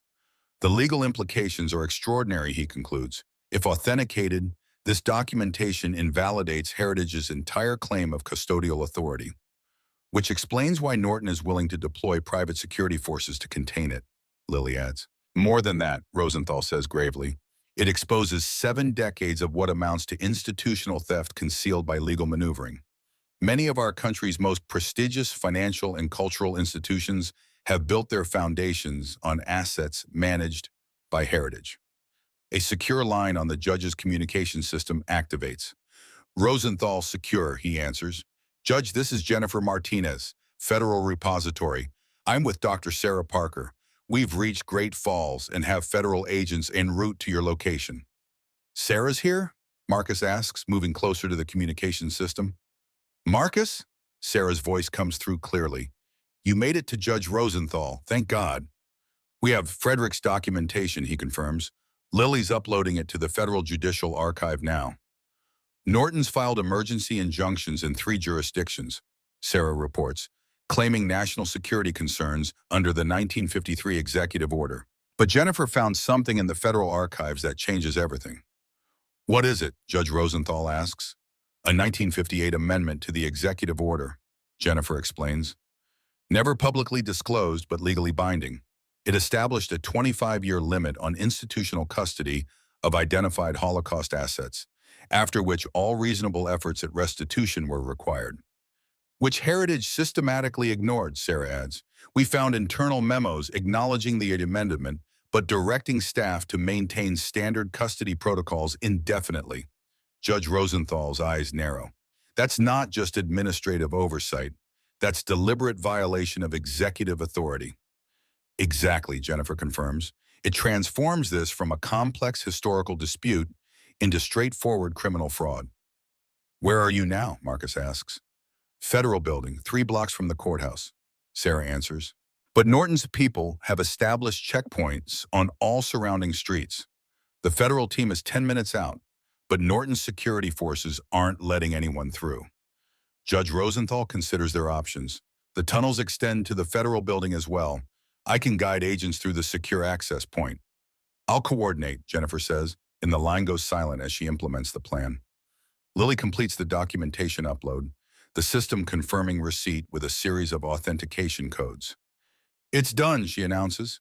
Frederick's entire archive is now secured in the federal judicial system. Not quite his entire archive, Marcus corrects, removing a final memory card from an inner pocket. This contains the most sensitive material, direct evidence linking William Norton to the suppression of Frederick's restitution efforts, including communications with government officials. The judge accepts this final piece of evidence with appropriate gravity. This could implicate people still in positions of power today. Frederick believed justice required complete truth, Marcus says simply, no matter who it exposed. As they prepare this final upload, the secure communication system alerts them to an incoming transmission from the federal building. Jennifer's voice comes through, tense with urgency. Judge, we have a situation. Norton himself has arrived with what appears to be a federal security team. They're presenting documentation classifying all Operation Redemption materials as matters of national security, requiring immediate containment. That's impossible, Rosenthal objects. Heritage has no authority to classify government information. These aren't heritage credentials, Jennifer clarifies. They're Treasury Department. Norton apparently holds some kind of advisory position that grants him national security authority. Marcus and Lily exchange alarmed glances. Norton's influence extends even further than they realize. Where's Sarah? Marcus asks urgently. Federal agents are moving her to a secure location, Jennifer reports. Norton explicitly demanded her detention for questioning regarding unauthorized access to classified materials. The judge's expression hardens.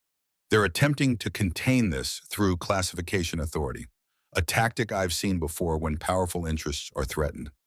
Can they do that? Lily asks. Legally? They can create enough confusion and delay to effectively suppress the evidence, Rosenthal explains. National security claims can tie up disclosure for years.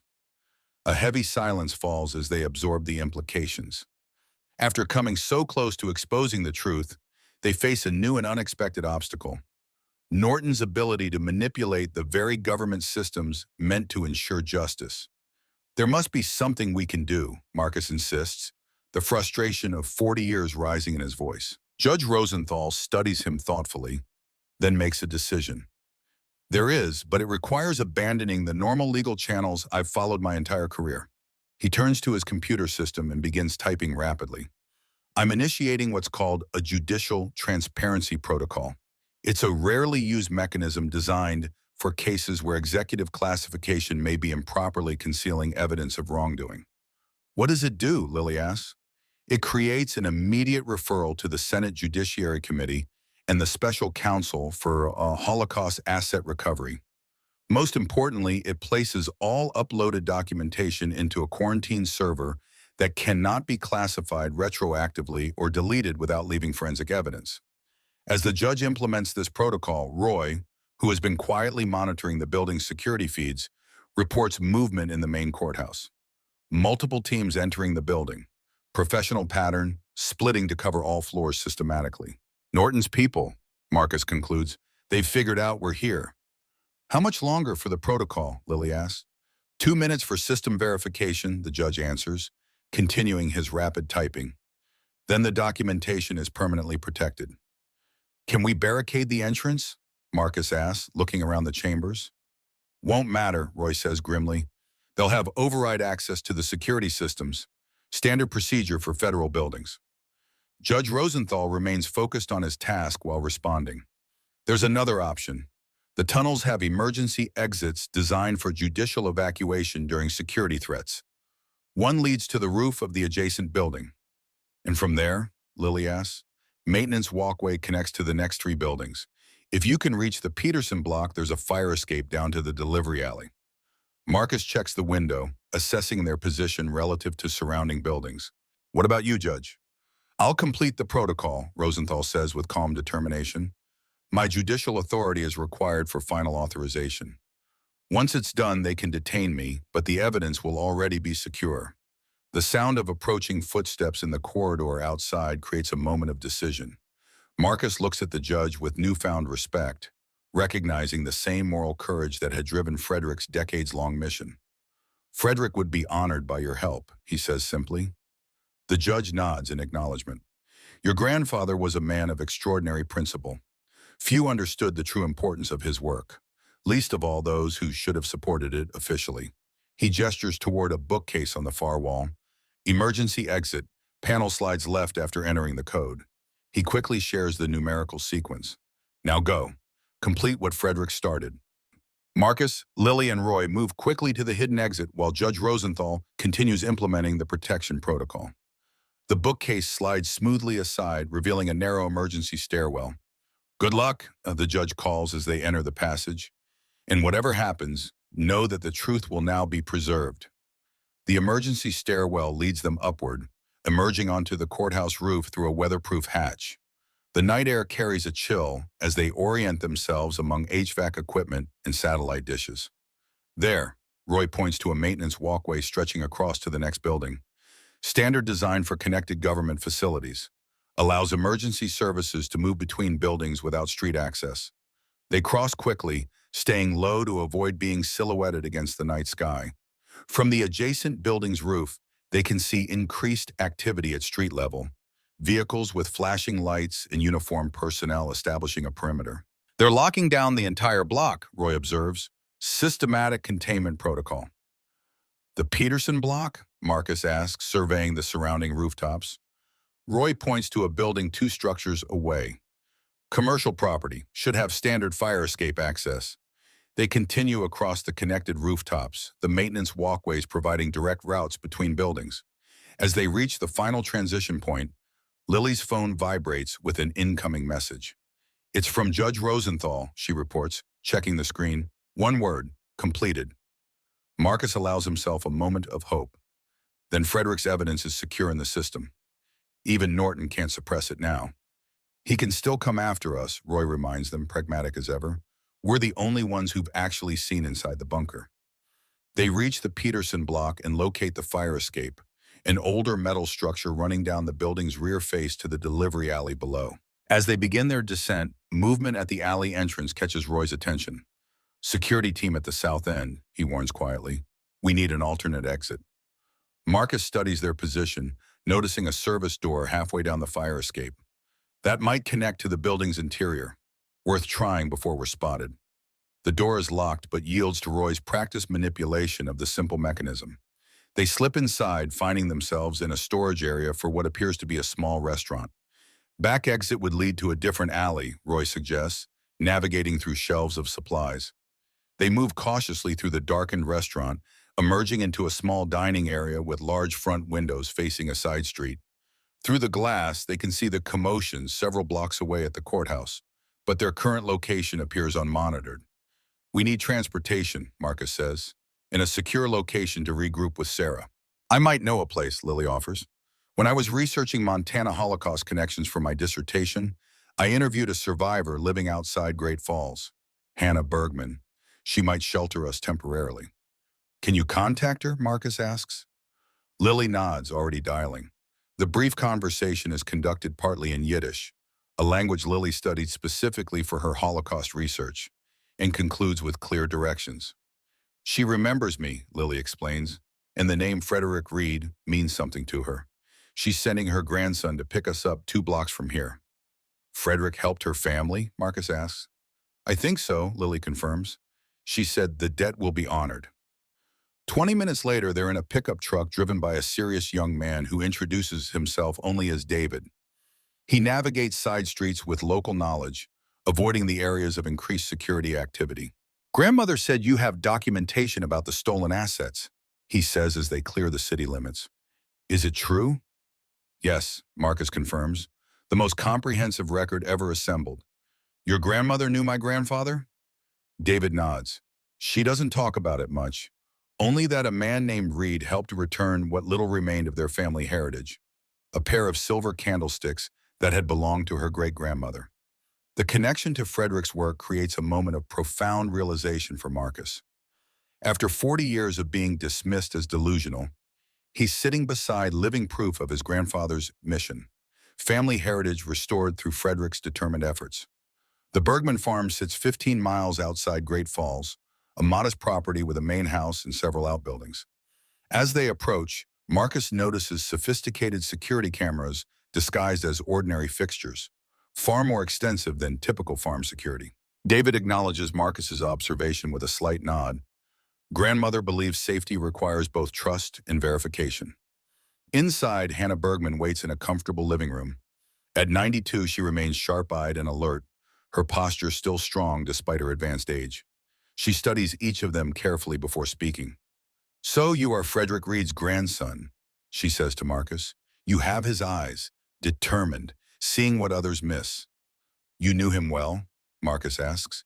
"He came in 1956. I was a young mother then, trying to build a new life in America after losing everything in Europe." Her gaze turns distant with memory. "He brought the candlesticks my grandmother had lit every Shabbat for 40 years, explained how he had traced them through records only he seemed able to find." She gestures to a cabinet where 2 silver candlesticks stand proudly, the only connection to our family's past. Frederick understood that such things are not merely valuable, they are identity itself. "Did he explain his broader mission?" Lily asks gently. Hannah nods.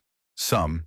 He spoke of thousands of families waiting for justice, of institutions that preferred to keep assets in their vaults rather than return them to rightful owners. He seemed to carry the weight of all those lost connections personally." She turns to Marcus. "And now you carry his burden. The same institutions still resist justice, I imagine." "The same," Marcus confirms, "though we've managed to secure Frederick's documentation in the federal system. The evidence can't be buried again."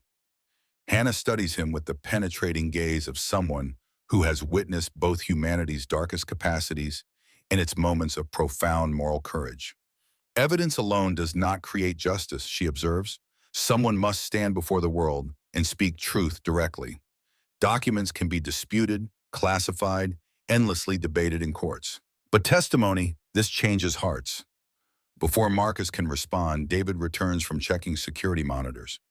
"We have a visitor, woman alone, approaching on foot from the north field." Hannah shows no concern. "Is it Dr. Parker?" David checks again. "Yes, how did you—" "I have my sources," Hannah says with quiet dignity. "Let her in." Minutes later, Sarah enters the farmhouse, exhausted but determined. Her reunion with Marcus and Lily is briefly emotional before practical matters take precedence.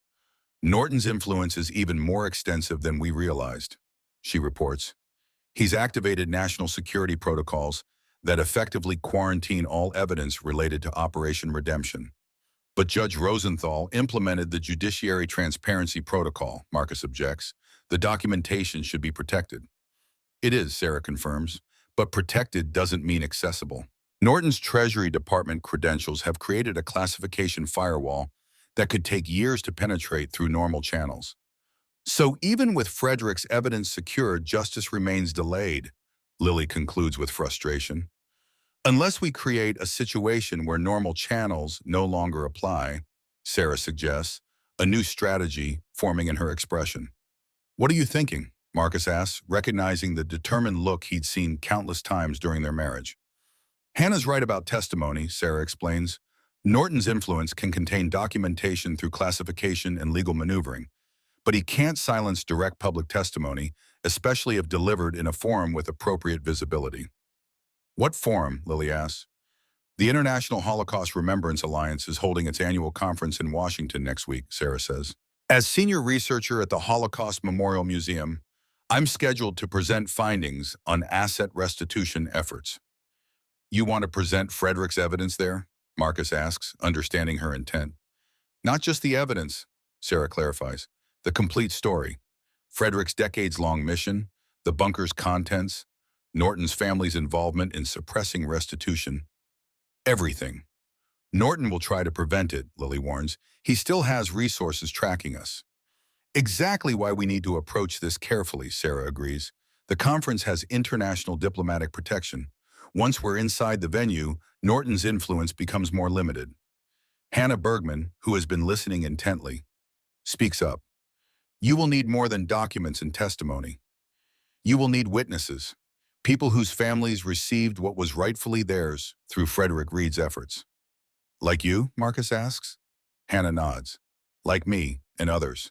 Over the years, I have connected with several families who mentioned a government man who returned their heritage when official channels failed them. I never knew it was coordinated effort until now. You can contact these families, Sarah asks, professional interest rising. Better, Hannah says with quiet confidence. I can bring them to Washington. Many already attend the Remembrance Alliance events. A phone call is all it would take. For the first time since their discovery of Frederick's bunker, Marcus sees a clear path to completing his grandfather's mission. Not through legal battles that Norton could manipulate, but through direct testimony that would expose 7 decades of institutional failure and deliberate suppression. Frederick documented 43 successful restitutions, he recalls. If even half those families could testify about what they received and how it came to them, it would create a narrative too powerful for even Norton's influence to contain. Sarah finishes his thought. But first we need to reach Washington safely, Lily reminds them. With Norton controlling transportation surveillance, that won't be easy. Hannah exchanges a look with her grandson. David, I think it's time to contact Mr. Silverman. David nods in understanding. I'll make the call. Who's Silverman? Marcus asks. A man who understands what it means to honor debts across generations, Hannah says enigmatically. He operates a private air charter service with certain discretionary protocols. Meaning, Lily presses. Meaning, Hannah explains with the faintest smile, that some flights don't appear on standard aviation monitoring systems. A practice developed during his years helping transport researchers to sensitive Holocaust investigation sites in Eastern Europe during the Cold War. As David arranges this transportation, Sarah calls Jennifer with an encrypted phone to coordinate their Washington strategy. The federal agents who had been protecting her are now under orders to detain her for questioning, but Jennifer has managed to create a documentation gap that will delay enforcement for at least 48 hours. I've also contacted Judge Hamilton, Jennifer reports. He's formally requested access to the redemption files under the Judicial Transparency Protocol. That creates an administrative conflict Norton will have to address through proper channels. Buying us time, Sarah concludes. Excellent work. As night deepens over the Montana farmland, the group prepares for what will likely be their most challenging phase yet. Norton's resources and influence make him a formidable opponent, but they now have something he doesn't. A coalition of living witnesses whose family histories intersect directly with Frederick's mission. Marcus steps outside to clear his head. The vast Montana sky, brilliant with stars. After 40 years of solitary pursuit, vindication feels both triumphant and somehow inadequate.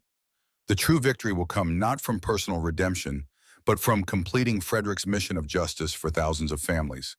He's joined by Sarah, their first moment alone since this extraordinary journey began. You were right all along, she acknowledges quietly. About Frederick, about the bunker, about everything. We were both right, Marcus corrects. You pursued justice through institutional channels while I chased Frederick's physical legacy. Both approaches were necessary. Sarah studies the man she once loved, still recognizable despite the decades of separation and hardship. I should have had more faith in what you were trying to accomplish. And I should have understood why you couldn't wait indefinitely for validation that might never come, Marcus responds. You protected Lily from what seemed like an inherited obsession, while simultaneously directing my entire career toward the same fundamental mission, Sarah adds with ironic self-awareness. Their moment of reconciliation is interrupted by David's return. Transportation confirmed. Mr. Silverman's aircraft will meet us at a private airstrip 2 hours from here. Departure at dawn. Inside, Lily has been working with Hannah to contact other families who received assets through Frederick's efforts. The response has been immediate and enthusiastic, with 5 confirmations already secured. They remember, Lily reports, moved by the conversations. Not just what was returned to them, but how it changed their understanding of justice. Many had given up hope after years of institutional stonewalling. Frederick understood something fundamental, Hannah observes, that restoration of heritage is not merely about property value, but about memory itself. Each object he returned carried with it the stories of generations. As dawn approaches, they prepare for departure. Hannah insists on accompanying them despite her advanced age. I have waited 70 years to properly thank the Reed family, she says with quiet dignity. Nothing, not age, not danger, not Richard Norton, will prevent me from fulfilling that obligation. The eastern sky begins to lighten as they load into vehicles for the journey to Silverman's airstrip. Whatever awaits them in Washington, they now move forward not as isolated individuals, but as a coalition united by Frederick's vision of justice, a mission passed across generations and now approaching its fulfillment. David, driving the lead vehicle, checks the secure communications system he's established. All roads clear, no unusual activity detected. As they depart the Bergman farm, Marcus feels Frederick's presence more strongly than ever before. The burden his grandfather carried for decades, which became Marcus's own life-defining quest, has now transformed into a shared mission spanning multiple families and generations. "We're going to finish what he started," Sarah says, reading his thoughts with the familiarity of someone who once knew him better than anyone. "Yes," Marcus agrees as the Montana landscape rolls past. Frederick always believed justice would eventually prevail, no matter how long delayed. The convoy moves steadily toward the airstrip where Silverman's plane waits to carry them to Washington, and the culmination of a 70-year journey toward truth and restitution. The private airstrip outside Great Falls consists of little more than a well-maintained grass runway and a single metal hangar. As dawn breaks over the Montana landscape, Mr. Silverman's aircraft comes into view, a modified Gulfstream with distinctive features suggesting capabilities beyond standard civilian aviation. Silverman himself stands beside the plane, a tall man in his 70s with the alert posture of someone accustomed to evaluating risks. His handshake is firm as he greets Hannah Bergman with obvious respect. "It's been too long, Hannah," he says warmly. "When David called, I canceled everything else." "Thank you, Joseph," Hannah replies. These people are continuing Frederick Reed's work. They need safe passage to Washington. Silverman's gaze sweeps over Marcus, Sarah, and Lily, assessing them with practiced efficiency. "Reed, I remember that name. My father mentioned him, a government man who operated outside official channels to return what had been stolen." "My grandfather," Marcus confirms. Silverman nods, decision made. "Then we have a debt to honor. My family received certain documentation from Reed in 1962, proof of provenance that later secured the return of artwork seized from my grandfather's gallery in Vienna." This unexpected connection reinforces Marcus's growing realization of how far-reaching Frederick's influence had been, a network of restored heritage spanning continents and generations. "Norton's people will be monitoring all standard flight plans," Silverman acknowledges as they board. "But this aircraft has certain modifications from its previous service. We'll maintain a specialized flight profile that minimizes detection." The interior is surprisingly comfortable despite the plane's utilitarian purpose. As they settle in for takeoff, Lily continues coordinating with families who received assets through Frederick's efforts. Their responses have been overwhelming, not just willingness to testify, but profound gratitude for the opportunity to publicly acknowledge Frederick's work. 17 confirmations already, she reports, all willing to attend the Remembrance Alliance conference on short notice. Some are flying in from as far as Israel and Argentina. "Norton won't expect this approach," Sarah observes. "He's focused on containing documentation and legal processes. Direct testimony from dozens of families falls outside his containment strategy." As the aircraft takes off, banking eastward toward Washington, Silverman activates a secure communication system. "Judge Rosenthal is being held for questioning," he reports, but managed to send a message through channels Heritage doesn't monitor. The Judicial Transparency Protocol is functioning as intended. Norton can delay access to the documentation, but cannot prevent its eventual disclosure. "How long is eventual?" Marcus asks. "That depends on how much institutional leverage Norton can generate," Sarah answers. "With his Treasury connections, he could potentially maintain classification barriers for months, even years." "Which is why public testimony becomes crucial," Lily adds. "Once these families tell their stories publicly, the pressure for immediate disclosure becomes harder to resist." The flight to Washington proceeds at high altitude. Silverman's modifications apparently including enhanced range capabilities that eliminate the need for refueling stops. During the journey, they refine their strategy for the conference presentation, identifying key elements of Frederick's work that must be highlighted. "The documentation system is most crucial," Sarah emphasizes. "Frederick created not just a catalog of stolen assets, but a comprehensive framework for proving ownership and identifying living heirs, essentially doing the work that official restitution programs claimed was impossible. And evidence of why institutional restitution failed, Marcus adds. Frederick's records show systematic obstruction by figures like William Norton, who redirected assets into managed funds that became the foundation of Heritage Preservation Alliance. Hannah Bergman, who has been listening quietly, offers her perspective. You must also emphasize what these objects truly represent. Not merely financial value, but memory itself, the physical connection to lives and communities destroyed. Frederick understood this when official institutions did not. As they approach Washington airspace, Silverman implements what he calls specialized arrival protocols. The aircraft descends to unusually low altitude following terrain features that apparently minimize radar signature. Their landing occurs at a private facility well outside the city, where ground transportation awaits with no questions asked. My associates will handle your luggage and transportation to secure accommodations, Silverman explains. The conference begins tomorrow morning. I suggest maintaining communication blackout until then. Norton will be monitoring all standard channels. Before departing in separate vehicles, they confirm final arrangements. Sarah will use her official position to ensure their access to the conference presentation. Lily will coordinate the gathering of family witnesses. Marcus will prepare the core presentation materials using backup documentation they have maintained separate from the quarantine Federal Archive. Norton will attempt to prevent this by any means available, Silverman warns as they part ways. His organization has spent 70 years building influence precisely to contain situations like this, which is exactly why Frederick created his parallel system, Marcus responds. He anticipated institutional resistance would never willingly yield to individual justice. Their secure accommodations proved to be a brownstone in Georgetown, owned by a Holocaust Research Foundation with diplomatic protection. As they settle in, Sarah receives secure communication from Jennifer, indicating increased activity around the conference venue.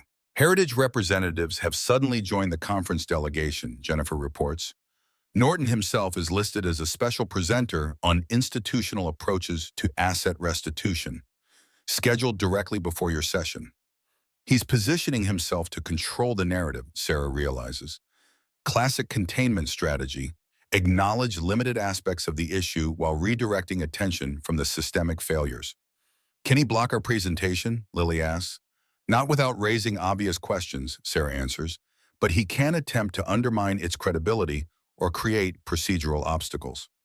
As evening falls over Washington, the final elements of their coalition take shape. Hannah's network has been extraordinarily effective. 23 families with direct connections to Frederick's restitution efforts have now confirmed their participation. Representatives from major Holocaust research institutions have been quietly alerted to the significance of tomorrow's presentation. Marcus, reviewing his presentation materials, feels the weight of 40 years reaching culmination. What began as a personal quest to validate Frederick's legacy has evolved into something far more significant: the potential completion of his grandfather's mission of justice for thousands of families. Sarah joins him, her professional expertise evident as she reviews his slides. This is extraordinarily comprehensive, she acknowledges. You've synthesized Frederick's entire operation into a compelling narrative. I've had 40 years to think about it, Marcus says with a slight smile, though I never imagined presenting it quite like this. Their collaborative work creates a bridge across the decades of separation, each contributing the expertise developed during their parallel pursuits of Frederick's legacy. I've been thinking about what happens after tomorrow, Sarah says carefully. Assuming we succeed in exposing Heritage's suppression of Frederick's work, what then? Then the real work begins, Marcus answers. Thousands of families still waiting for restitution. Assets that have been in institutional limbo for 70 years. Frederick identified over 18,000 specific items with complete ownership documentation. A foundation, Sarah suggests, independent but with official recognition, dedicated to implementing Frederick's restitution framework. The Reed Foundation, Marcus considers the possibility, continuing what Frederick started.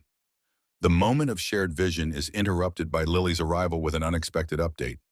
Norton's people are systematically contacting scheduled conference participants, she reports, attempting to discredit our presentation before it happens.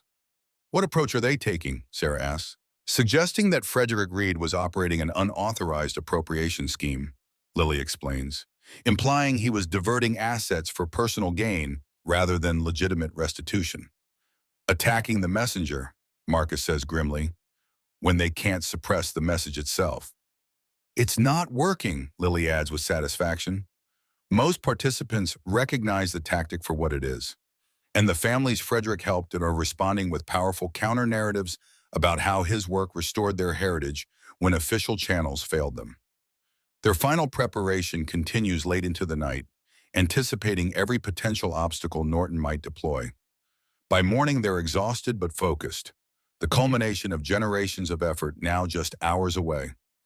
The International Holocaust Remembrance Alliance Conference occupies the grand ballroom of a prestigious Washington hotel. Security is evident but discreet, the diplomatic status of many participants requiring protocols beyond standard measures.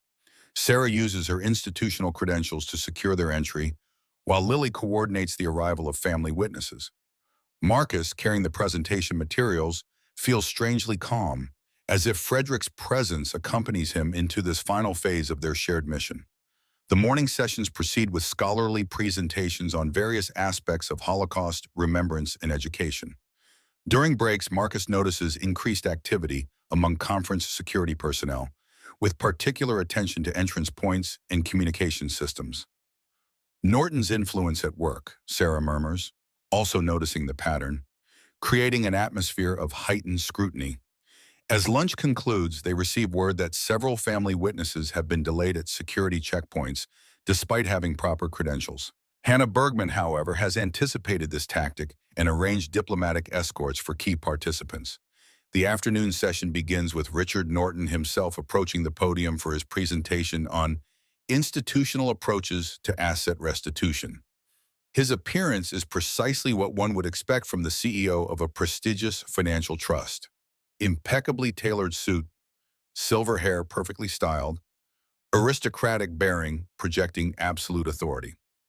Distinguished colleagues, Norton begins smoothly, the challenge of Holocaust asset restitution represents one of history's most complex moral and logistical challenges. Heritage Preservation Alliance has spent 70 years developing systematic approaches to this difficult work. His presentation is masterfully constructed, acknowledging historical failures while positioning heritage as the solution rather than part of the problem. He presents statistics on assets secured and maintained without addressing why so few have actually been returned to families. The fundamental challenge, Norton continues, has always been definitive documentation. Without complete provenance records and heir identification, responsible stewardship requires institutional management rather than potentially erroneous distribution. Marcus listens with growing indignation, recognizing how skillfully Norton is reframing decades of deliberate suppression as responsible custodianship. Beside him, Hannah Bergman's expression reflects similar recognition of the strategy. He is describing exactly what Frederick proved was unnecessary, she whispers. The documentation Heritage claimed was impossible to create is precisely what your grandfather assembled. As Norton concludes to polite applause, Sarah prepares to take the stage for their scheduled presentation. Before she can approach the podium, however, a conference official intercepts her with an apologetic expression. Dr. Parker, I've been asked to inform you of a scheduling adjustment. Due to security protocols, your presentation has been moved to the smaller breakout session in Room C. On whose authority? Sarah challenges, immediately recognizing the tactic. Conference security advisors, the official responds uncomfortably. Something about capacity concerns for the main ballroom.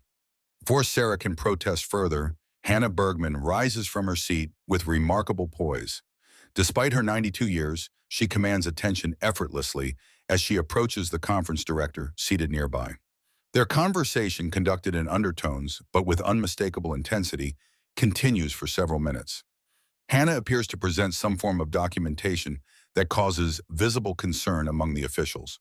Finally, the conference director himself approaches. Sure, Parker, your presentation will proceed as originally scheduled. My apologies for the confusion. As Norton realizes his procedural maneuver has failed, his composed facade momentarily slips. His gaze finds Marcus across the room. cold fury briefly visible before his professional mask returns. Sarah takes the podium with the confident authority earned through decades of academic excellence. Distinguished colleagues, my scheduled presentation on Holocaust asset restitution methodologies has been significantly enhanced by recent discoveries that reshape our understanding of post-war recovery efforts. She introduces Marcus as the grandson of Frederick Reed, whose previously undocumented work represents the most comprehensive individual restitution effort ever conducted. As Marcus joins her, the atmosphere in the ballroom shifts perceptibly, the scholarly audience sensing they're witnessing something beyond ordinary academic presentation. Marcus begins by outlining Frederick's official OSS role and his subsequent discovery that institutional restitution efforts were being systematically undermined. The screen behind him displays photographs from the bunker, the vast archive Frederick had assembled, the meticulous documentation system, the evidence of successful restitutions conducted outside official channels.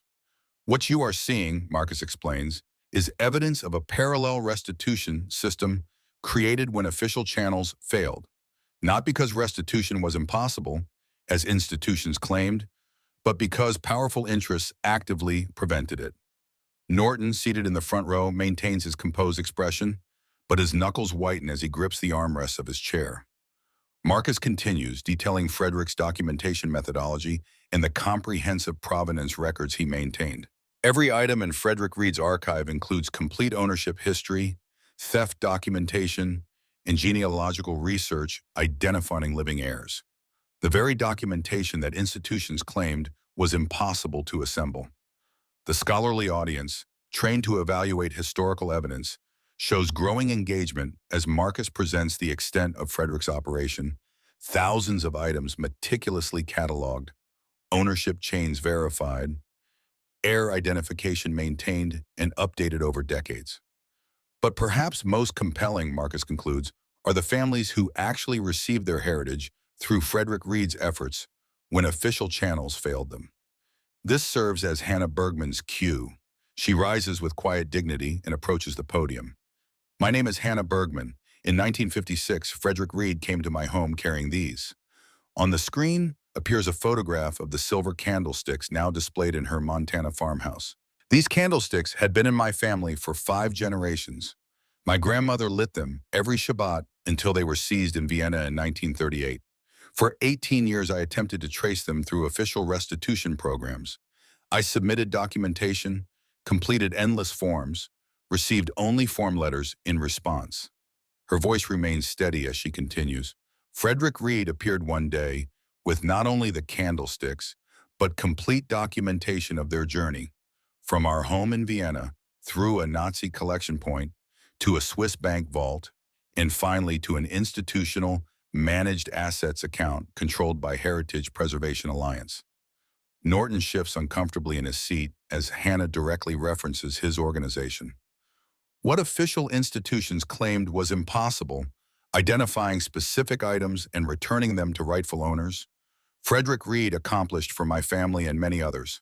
The question is not whether restitution was possible, but why institutions worked so diligently to prevent it. As Hannah returns to her seat, another family representative approaches, then another and another. In a powerful procession, representatives of 23 families share brief testimonies of how Frederick Reed restored their heritage when official channels failed them. Each testimony adds weight to the narrative, transforming abstract historical analysis into human experience.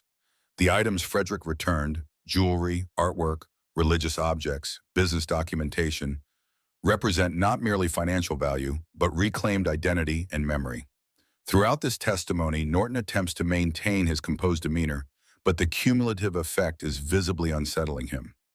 As the final family representative concludes, Lily takes the podium to present the most damning evidence: Frederick's documentation of systemic obstruction by specific institutions and individuals. Frederick Reed did not merely document the assets themselves, she explains, but also the institutional barriers erected to prevent their return. Among his most significant findings was the direct involvement of William Norton, financial advisor to the Allied Restitution Committee and founder of Heritage Preservation Alliance.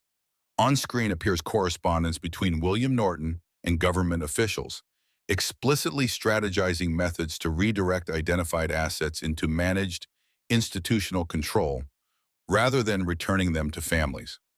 The 1953 executive order that Heritage still cites as authority for its custodial management was directly shaped by William Norton. Lilly continues. What Heritage doesn't acknowledge is the 1958 amendment requiring all identifiable assets to be returned to rightful owners within 25 years, an amendment that internal Heritage memoranda show they deliberately ignored. This revelation creates audible reaction among the scholarly audience, many of whom have worked with Heritage on research projects under the assumption of institutional integrity. Norton abruptly stands, approaching the podium with controlled fury. This presentation contains unsubstantiated allegations against respected institutions and individuals. As Heritage's representative, I formally object to these claims and reserve all legal options regarding defamatory content. The conference director, clearly uncomfortable with the confrontation, moves toward the podium. Before he can speak, however, another voice enters the discussion. The documentation is fully substantiated. The new speaker rises from the rear of the ballroom, Judge Arthur Rosenthal, accompanied by Jennifer Martinez and federal agents. His appearance creates immediate stir among conference participants. My name is Judge Arthur Rosenthal, Federal Holocaust Claims Court, retired. I have reviewed the complete documentation recovered from Frederick Reed's archive and can confirm its authenticity and legal significance. Norton's composure finally cracks. That documentation is classified under national security protocols. Your access constitutes a federal violation. The classification was improperly applied and has been officially challenged through the Judicial Transparency Protocol, Jennifer explains, stepping forward with the official documentation. The Senate Judiciary Committee has initiated review of Heritage's actions regarding Holocaust assets under the 1958 amendment requirements. This announcement creates significant reaction throughout the ballroom. Norton, recognizing the sudden shift in momentum, attempts one final counter-strategy. Whatever Frederick Reed's intentions, he argues, his unauthorized removal and concealment of Holocaust assets constituted illegal appropriation under international agreements. His actions, however well-intentioned, violated established protocols for proper institutional management. A curious argument, Hannah Bergman responds, rising once more despite her age. From the organization that has spent 70 years violating its own legal obligation to return identified assets to their rightful owners. The scholarly audience, trained in evaluating competing historical narratives, has clearly recognized the significance of what they're witnessing. The conference director, after consulting briefly with senior officials, makes an unprecedented decision. Given the extraordinary nature of this evidence and its obvious historical significance, the conference will adjust its schedule to accommodate extended presentation and discussion of the Reed documentation. Security protocols concerning recording and transmission are suspended for this session only, with immediate distribution to all affiliated Holocaust research institutions. Norton, recognizing defeat in this forum, retreats from the podium. As he passes Marcus, he pauses briefly. "This isn't over," he murmurs. "Heritage has resources beyond what you imagine." "So did Frederick," Marcus responds quietly. "That's why we're here 70 years later." The extended session continues for hours, with scholars from major Holocaust research institutions engaging directly with the evidence from Frederick's archive. The combination of comprehensive documentation and living family testimony creates an irrefutable narrative that transforms understanding of post-war restitution efforts. By evening, major news organizations have begun reporting on the Reed revelation, describing it as the most significant Holocaust restitution development in decades. Heritage Preservation Alliance issues a carefully worded statement indicating it will cooperate fully with appropriate authorities reviewing historical asset management protocols. As the conference finally concludes, Marcus, Sarah, and Lily find themselves surrounded by representatives from major Holocaust research and advocacy organizations, all eager to engage with Frederick's methodology and findings. "This changes everything about how we approach restitution cases," one prominent researcher tells them. Reed created the blueprint for how this work should have been done from the beginning. In a quiet moment amid the continuing discussions, Judge Rosenthal approaches Marcus. Norton's right about one thing. This isn't over. Heritage and similar institutions have built 7 decades of financial and political infrastructure around maintaining control of these assets. They won't surrender that control without significant resistance. What happens next? Marcus asks. The Judicial Transparency Protocol has already triggered automatic review by oversight committees, Rosenthal explains. But legal processes move slowly, especially when powerful interests resist them. The real question is whether Frederick's work can be implemented while those processes unfold. Sarah joins them, her academic expertise now focused on practical application. We need an independent foundation, she suggests, dedicated specifically to implementing Frederick's restitution framework, with proper institutional partnerships but independent governance. The Reed Foundation, Judge Rosenthal considers, with appropriate international oversight to prevent institutional capture. It could work. As the conversation continues, Hannah Bergman approaches with several family representatives who received assets through Frederick's efforts. We have discussed this among ourselves, she announces. Our families wish to be the first official supporters of this foundation. What Frederick Reed did for us, we wish to help accomplish for thousands of others still waiting.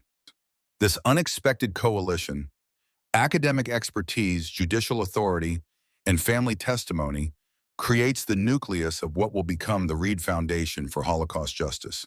By morning, preliminary commitments of support have arrived from major Holocaust research institutions and influential advocacy organizations. Norton's attempt to contain Frederick's evidence has produced exactly the opposite effect, galvanizing international attention and creating unprecedented momentum for implementing the restitution framework Frederick had developed decades earlier. 1 year later, Marcus Reed stands at the podium of the newly established Reed Foundation headquarters in Washington. The former Heritage Preservation Alliance building has been repurposed, following the organization's dissolution amid congressional investigations and international legal proceedings. Today marks the completion of our first 1,000 successful restitutions, Marcus announces to assembled staff, researchers, and family representatives. Each representing Heritage returned to rightful heirs using Frederick Reed's documentation methodology. The Foundation's main research floor buzzes with activity, teams of historians, genealogists, and legal experts implementing Frederick's framework with modern technology and international cooperation. What one man accomplished through decades of solitary effort now proceeds with institutional efficiency, but maintains his fundamental commitment to individual justice.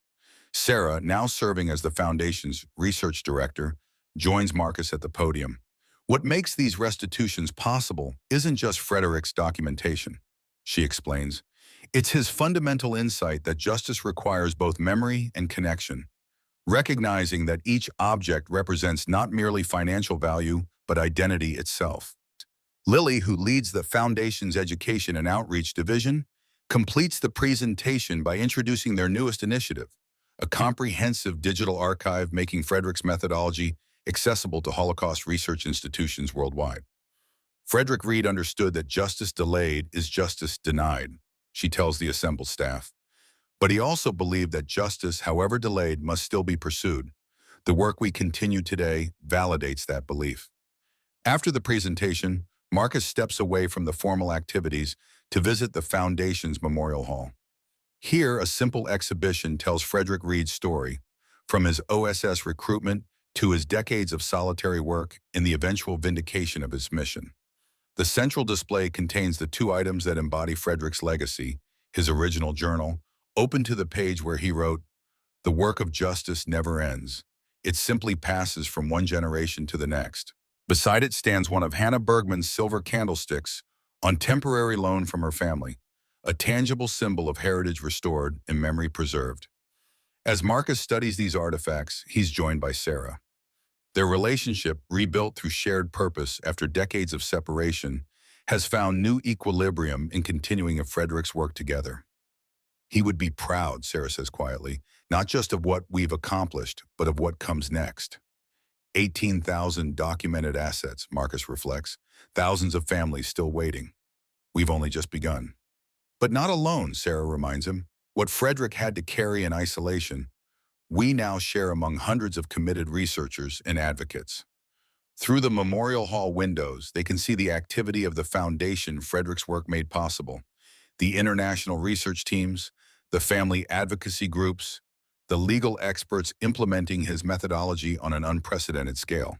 The keeper of truth was never just one person, Marcus realizes. It was the determination that refused to let justice remain buried. Frederick understood that, even when no one believed him.